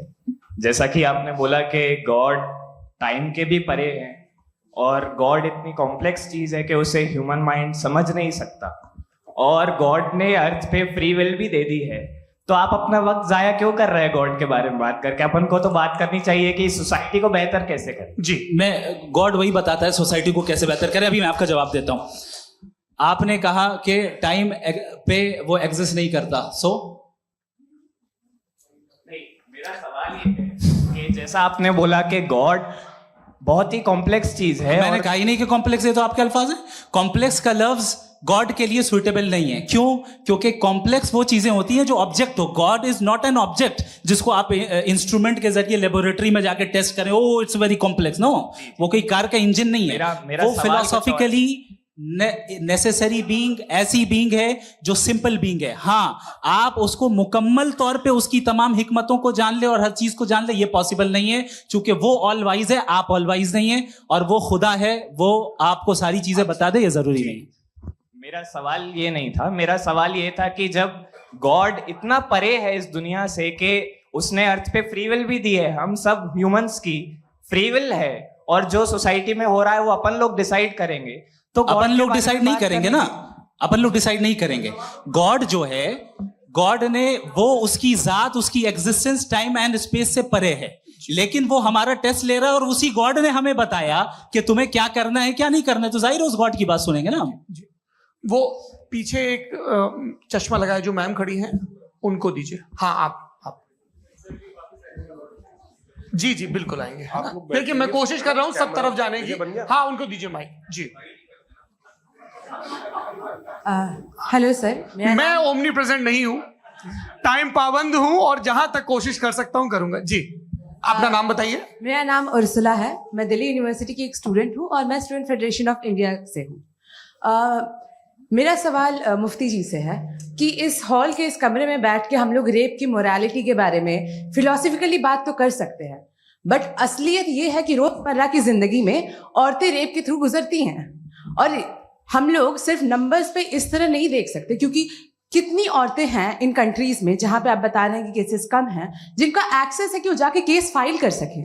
कितनी औरतें हैं जो जिनको काम करने की आज़ादी है उन कंट्रीज में। यूरोप में ये आज़ादी आ गई, यूरोप में ये रूल्स आ गए, तो हम आज उसके बारे में बात कर पा रहे हैं। जी जवाब। आपने ये कहा कि कमरे में बंद होकर हम लोग इस पर फिलोसफिकली बात कर सकते हैं, लेकिन हकीकत में क्या हो रहा है, वो ग्राउंड लेवल पे क्या हो रहा है जो बहुत गलत हो रहा है, और वो सफ़र कर रही हैं। आई एग्री, बहुत गलत हो रहा है, और जो गलत हो रहा है उसको हमें रोकना है। और क्यों रोकना है, वो गलत क्यों है? हमारे पास इसका ऑब्जेक्टिव फाउंडेशन है, इनके पास उसका ऑब्जेक्टिव फाउंडेशन नहीं है। मैं ये कहना चाह रहा हूं कि जहां पे भी जुल्म हो रहा है, जहां पे भी औरत पे जुल्म हो रहा है, या उसकी इज्जत लूटी जा रही है, या उसे तकलीफ पहुंचाई जा रही है, और सिर्फ औरत नहीं, किसी इंसान के ऊपर भी जुल्म हो रहा है, तो उसके खिलाफ खड़ा होना, ये मोरालिटी हमारे पास गॉड के पास से आई है। वरना जावेद साहब तो कह रहे हैं कि जो है मेजॉरिटी डिसाइड करेगी, तो मेजॉरिटी तो कभी भी बदल सकती है। क्या आप हाँ। ये थोड़ी सी आपको गलतफहमी है। मैं अगर मेरे जुमले से ये मजमूआत निकला या मैंने कहा, तो ये जुमला मैं वापस लेता हूँ। ये मेरा मतलब ही नहीं था कि मेजॉरिटी डिसाइड करेगी। मेजॉरिटी डिसाइड करे तो दुनिया में बड़ी, वैसे आपने कहा था ये जुमला। अच्छा हो सकता है, मैं मान रहा हूँ, बाद में रिकैप कर लेंगे। अरे एक सेकंड, मैं अपनी एक्सप्लेनेशन देता हूँ। मुनासिब बात यह है कि हम सब के सब दिल में जानते हैं कि क्या अच्छा है क्या बुरा है, हमें पता है अच्छी तरह से। जो लोग बुरे काम करते हैं उन्हें भी मालूम अच्छा क्या है। यही तो सवाल था हजरत सर, कि सर। फिर ये मोरालिटी आई कहाँ से? क्रॉस एग्जामिनेशन, हाँ जी हाँ जी। मोरालिटी साथ रहने की डिजायर से आई। यानी साथ रहकर जो कुछ कह दे जो कुछ कर दे वो हो जाएगा? नहीं नहीं, तो आप कायदे से रह ही कर सकते हैं जब तक लोगों में मोरालिटी हो, वरना आप क्यास हो जाएगा। ये आपको कैसे पता? जी हमने देखा ना जहाँ मोरालिटी का क्यास हो गया, हम देखते हैं कहाँ पे देख भाई तो दुनिया में। आप जो ये- कह रहे हैं आप एक अभी कहीं मैं पे आप अगर लोगों गलत को हो रहा है इस बहस तो के उसको बाद आप मैं गलत लोगों देखिए। को आप सर मुफ्ती आप साहब, मैं- एपिस्टेमोलॉजी की मुफ्ती बात कर रहे हैं, मैं ऑन्टोलॉजी की बात कर रहा हूँ। मैं इस बहस के फाउंडेशन बाद क्या आप है? दोनों लोगों को चाय पे फाउंडेशन होस्ट करूंगा, वहां पे क्रॉस एग्जामिनेशन कर लीजिएगा। अभी ऑडियंस का हक मार रहे हैं आप लोग भाई, सर जस्ट लोग हैं आप लोग। और ये भाई ये हाँ बच्चे- उधर आएंगे, उधर इनको आएंगे। भी। जी सर आएंगे आएंगे। अच्छा सर मेरा नाम लईकुर रहमान है और मैं अलीगढ़ मुस्लिम यूनिवर्सिटी का स्टूडेंट हूँ। और जहाँ तक मुझे पता है कि sir you are also product of Aligarh Muslim University. मैं भी उसी चमन का बुलबुल। हाँ सर, तो बहुत खुशी हुई मुझे जान करके कि मैं आपसे मिलूंगा। सवाल सर मेरा सवाल यह है, सर सैयद अलैहि रहमा का नजरिया यह था कि खुदा के वजूद को अकल के दायरे में रह करके तलाश करना, न कि पूरी तौर से उसका इनकार कर देना। Sir how will you define it? नहीं तो ये तो आप इन्हें बताइए। ये सर, सवाल है आपसे। कि खुदा का वजूद साबित कर रहे हैं। नहीं तो सर आपने सैयद इनकार ने मना किया। कर रखा है, इस वजह से मेरा क्वेश्चन उन्होंने यही सबसे एक सेकंड सर सैयद ने यही कहा ना कि जी। अकल से आप खुदा के वजूद को हाँ। साबित नहीं कर सकते, यही कहा ना भाई। वो उन्होंने कहा कर सकते हैं और वो कर दिया गया आज। हाँ, वो फोन दो। तलाश करना या साबित करना अकल से अकल से नहीं सर हो सर सकता। अरे सवाल तो सुन लीजिए जी। अकल से नहीं हो सकता है, यही कहा ना आपने। अकल से हो सकता है। अरे वो यही कह रहे हैं भाई, आप बता रहे हो सकता है, वो तो कुछ और। आप अगर सर देखो नौजवान फोन ले लो, वो इतनी कमाल की यूनिवर्सिटी है। अरे भाई दे दो मेरी ना बात जरा तो- एक मिनट, अरे दे दो मेरे भाई माइक। मेरी बात सुनो, नहीं, माइक मैं पे सब- बोलो ताकि जो लाखों लोग देख रहे हैं। माइक दे दो ना। अरे देंगे ना माइक, तुम ठहरो तो। हाँ सर मेरा सवाल ये था कि सर सैयद अलैहि रहमा का एक नजरिया था अपना कि खुदा का जो वजूद है उसको अकल के दायरे में रह करके तलाश करना है, न कि पूरे तौर से इनकार कर देना है। ये उनका कॉन्सेप्ट था। लेकिन मेरा सवाल ये है कि आप इसको कैसे डिफाइन करते हैं, एक्सप्लेन कैसे करेंगे, मैं आपसे मैंने जानना अकल चाहता के दायरे हूँ, में- क्योंकि you are the product of Aligarh Muslim University. मुझे अकल के दायरे में रख के मैंने बहुत तलाश की, मुझे मिला नहीं। हाँ ये इधर उधर वो चश्मा लगाए जो, हाँ उनको दे दिया। जी जी फटाफट पूछिए, 5 मिनट है, 5 मिनट में खत्म हो रहा है। हाँ अस्सलाम वालेकुम मुफ्ती साहब। एंड मेरा सवाल जावेद अख्तर साहब से। क्या नाम है आपका? अरे भैया सब मुझे तो पूछ रहे हो यार। फैज फैज पूछिए फैज साहब। तो मेरा सवाल ये है कि अभी जो एथियस्ट है वो problem of evil argument use कर रहे हैं अगेंस्ट मुस्लिम्स, राइट? कि इस दुनिया में इतना सारा इविल है और अगेंस्ट मुस्लिम तो यहाँ अगेंस्ट थियस्ट। हाँ थोड़ा सा करेक्ट कर लीजिए भाई, पूरी मशक्कत ही इसी बात की थी कि किसी एक मजहब पे बात न टिके। जी, तो बेसिकली ये आर्गुमेंट ऐसा है कि इस दुनिया में इतना ज्यादा इविल एग्जिस्ट करता है और अगर एक ऑल गुड गॉड है तो वो रोकता क्यों नहीं है? लेकिन इस सवाल में एक हिडन अजम्पशन ये है कि इस दुनिया में इविल एग्जिस्ट करता है। अब एथियस्ट ये कैसे ऑन्टोलॉजिकली प्रूव कर सकते हैं कि इस दुनिया में इविल एग्जिस्ट करता है? मैं आपको बताता हूँ, थोड़ा सा समझा। नहीं सर हम लोग इनको सुनने आए। नहीं please don't do this. I want to explain ontology. नहीं हम समझ गए सर, इनको अब जवाब देने दीजिए। अच्छा सवाल पूछ लो। मैं अभी तक क्या था वो मैं थोड़ा सा ऐड ऑन कर लेता हूँ। तुम गुरु, तो हम जब इसका राउंड 13 करेंगे ना तब तुमको स्टेज पे बिठाएंगे। जी तो हाँ जल्दी से।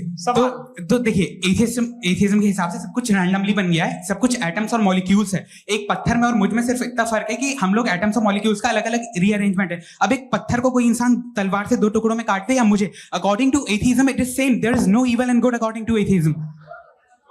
जी अच्छा फैज साहब का सवाल ये है कि हाँ कोशिश भी करते तो इससे गलत सवाल नहीं कर पाते। एक लाइफ फॉर्म है और लाइफ फॉर्म में फीलिंग्स है, मतलब लाइफ फॉर्म सुनता है, देखता है, टेस्ट कर सकता है, फील कर सकता है। तो उसकी जो ये जो क्वालिटी इस बबल में आ गई है वो जानवर में भी है, इंसान में भी है। तो जाहिर है कि उसे कोई तकलीफ पहुंचेगी, तो चूंकि उसके पास वो सेंसिटिविटी है तो मैं करेगा। पत्थर में वो सेंसिटिविटी नहीं है। तो ये क्या सवाल हुआ कि अगर पत्थर को काटा तो पत्थर को तकलीफ नहीं होती, तो आपको काटे तो आपको क्यों तकलीफ हो? बैठ जाइए। जी हाँ अगला सवाल। हाँ पूछे जी जावेद अख्तर साहब, अरे भैया, सब आप लोग मुफ्ती साहब को छोड़ रहे हैं, तो मेरे ही पीछे पड़े हैं क्या? फिर चलो बोलो भाई। You asked how God can exist when children die in Gaza. हाँ, You asked how God can exist when children die in Gaza, and you also mentioned the rise of atheism in Europe. But the same events also are leading many atheists and non-believers to turn towards faith. How do you interpret this contradiction, where suffering pushes some away from God, yet brings others closer to belief? देखिए, आपको एक बात बताऊं, दुनिया perfect तो कहीं भी नहीं है, हर जगह कुछ खामियां हैं। बेटा एक मिनट, मैं आप ही को कहेंगे, देखो वो तो कुछ खामियां, कमजोरियां, खराबियां सब जगह है। लेकिन अगर देखोगे ईमानदारी से कि दुनिया सबसे ज़्यादा महज़ब कहाँ है, एक आम शहरी को कहाँ हुकूक हासिल हैं, वो बोल सकता है, अपनी मर्जी से काम कर सकता है, अपनी मर्जी से राय दे सकता है, हुकूमत के ख़िलाफ़ बोल सकता है, बरसर इख्तिदार लोगों के बारे में बोल सकता है, सरमायादारों के ख़िलाफ़ बोल सकता है। तो आपको ये स्कैंडिनेवियन कंट्रीज़ में मिलेगा, वेस्टर्न यूरोप में मिलेगा। मैं नहीं कह रहा वो परफेक्ट है, बिल्कुल नहीं, वहाँ बहुत खराबियां भी हैं, परफेक्ट तो कोई। लेकिन जिन जिन मुल्कों में, लैटिन अमेरिका देखो, गल्फ देखो, वहाँ पर आपको ये ज़रूर है कि रेप नहीं होते होंगे। रेप की ज़रूरत क्या है भाई? उसको तो ख़रीद लो, घर में रखो, सड़क पर रेप करने की क्या ज़रूरत है? मगर सुनिए सुनिए सुनिए, मगर हकीकत ये है कि वहाँ शख्सी आज़ादी राय देने की, बोलने की नहीं है। जी, ये एक आखिरी सवाल मुफ्ती साहब से। हाँ मैम, इनको माइक दीजिए। शुक्रिया। मेरा नाम मनीषा है, मैं हरियाणा से आई हूँ। मैं मुफ्ती साहब से एक बात पूछना चाहती हूँ। आप बार बार जावेद साहब को कॉन्ट्राडिक्ट तो कर रहे हैं कि आपने ये कहा, ये कहा, लेकिन आप भी अजम्पशंस के बेसिस पे बात कर रहे हैं। आपने खुदा के होने का कौन सा प्रूफ पेश किया है, खुदा की एग्जिस्टेंस का? अब इस सवाल को अलग रहने दीजिए, कौन एथीस्ट है कौन नहीं है। और दूसरी बात जो आपने एक छोटी सी कही थी कि ये फ्री विल का इस्तेमाल करता है इंसान अपनी, लेकिन उस फ्री विल का इस्तेमाल में मतलब खुदा ने ये दे दी सबको ये इजाजत कि वो कितना घिनौनापन और कितने ज्यादा खराब से खराब तरीके इस्तेमाल कर सकते हैं। जवाब सुनते जी। आप फ्री विल को मानती है ना, या आप कहती है कि फ्री विल नहीं है ना? मानती है ना? तो अब आपके पास इसका कोई एक्सप्लेनेशन नहीं है कि अगर एक इंसान उस फ्री विल का इस्तेमाल करके गलत काम कर रहा है और बच के अच्छी जिंदगी गुजार के निकल जा रहा है, उसका कोई रिकॉम्पेंस नहीं है। हमारे वर्ल्ड व्यू में जो इंसान गलत काम कर रहा है उसको भी रिकॉम्पेंस यानी उसका बुरा बदला मिलना है, और जो सही काम कर रहा है उसको सही बदला मिलना है। लिहाजा जो फ्री विल है वो इस तरीके से है कि एक लिमिटेड टाइम तक खुदा ने मोहलत दी है। ऐसा ही नहीं कि छूट दे दी, जो करना है करते रहो हमेशा। वक्त आएगा जब एग्जाम का टाइम खत्म होगा तब रिजल्ट आएगा, दौराने एग्जाम जबरदस्ती आपको नहीं बताया जाएगा। अरे भाई एक सेकंड, जी एक सवाल मुफ्ती साहब से मेरा। सर मैम मुफ्ती साहब से जी जी, हाँ मैम रुक जाइए, आपसे फोन, आप इसके बाद आपसे यही रहेंगे वो। हाँ बोलिए। मैं मुफ्ती साहब एक ही सवाल करता हूँ कि अगर जो हो रहा है फ्री विल से हो रहा है और एक दिन बरोज़ क़यामत इंसाफ होगा मैशर में वगैरह वगैरह, तो दुआ क्यों मांगते हैं लोग? दुआ मांगते हैं इसके मतलब है अभी भी उसने ये डिपार्टमेंट रखा है कि मैं रोजमर्रा की जिंदगी में बिल्कुल बिल्कुल ही कैन। तो तुम कैन हो, तुम मुझे नौकरी दिला देते हो, मेरे बेटे को ग्रीन कार्ड दिला देते हो, और 45,000 बच्चे मरते उन्हें रोकते नहीं हो। नहीं तो क्या आप ये कह रहे हैं कि इस दुनिया में जालिमों को कभी पकड़ ही नहीं होती है? अरे जो भी पकड़ होगी वो बच्चे रोते हैं। बिल्कुल, देखिए मैंने अपने ओपनिंग स्टेटमेंट में यही कहा था कि जनाब जावेद साहब सिर्फ इमोशनल आर्गुमेंट में, this is an emotional argument. ये छोटे मोटे इसके पीछे का रीजन मैंने बताया क्या है, इसके पीछे का रीजन क्या है मैंने बताया। मंच से आप लोगों को सज्जनों इसलिए कह रहा हूं ताकि थोड़ा सा आपके कॉन्शियंस पे जोर रहे कि आपको ऑर्डर बचा के रखना है। वक्त तय हुआ था, ये वक्त पूरा हुआ, आपने इतने धैर्य पूर्वक सुना, मैं आप सबका बहुत बहुत शुक्रगुजार हूं। यदि इन दोनों विद्वानों की इच्छा होगी तो कभी हम इस बातचीत का राउंड 2, राउंड 3, यही तो देखिए खूबी है इंसान की कि बहस मुबाहसे में वो पड़ा रहता है। आप लोगों ने बड़े धैर्य का परिचय दिया, बहुत बहुत शुक्रिया। इसी के साथ ये बातचीत यहाँ पे आप लोगों को मैं एक बात बता दूं, ये सारी बहस हो गई, अब मुफ्ती साहब और बड़े मुफ्ती साहब इन साथ के साथ मैं खाना खाने वाला हूँ।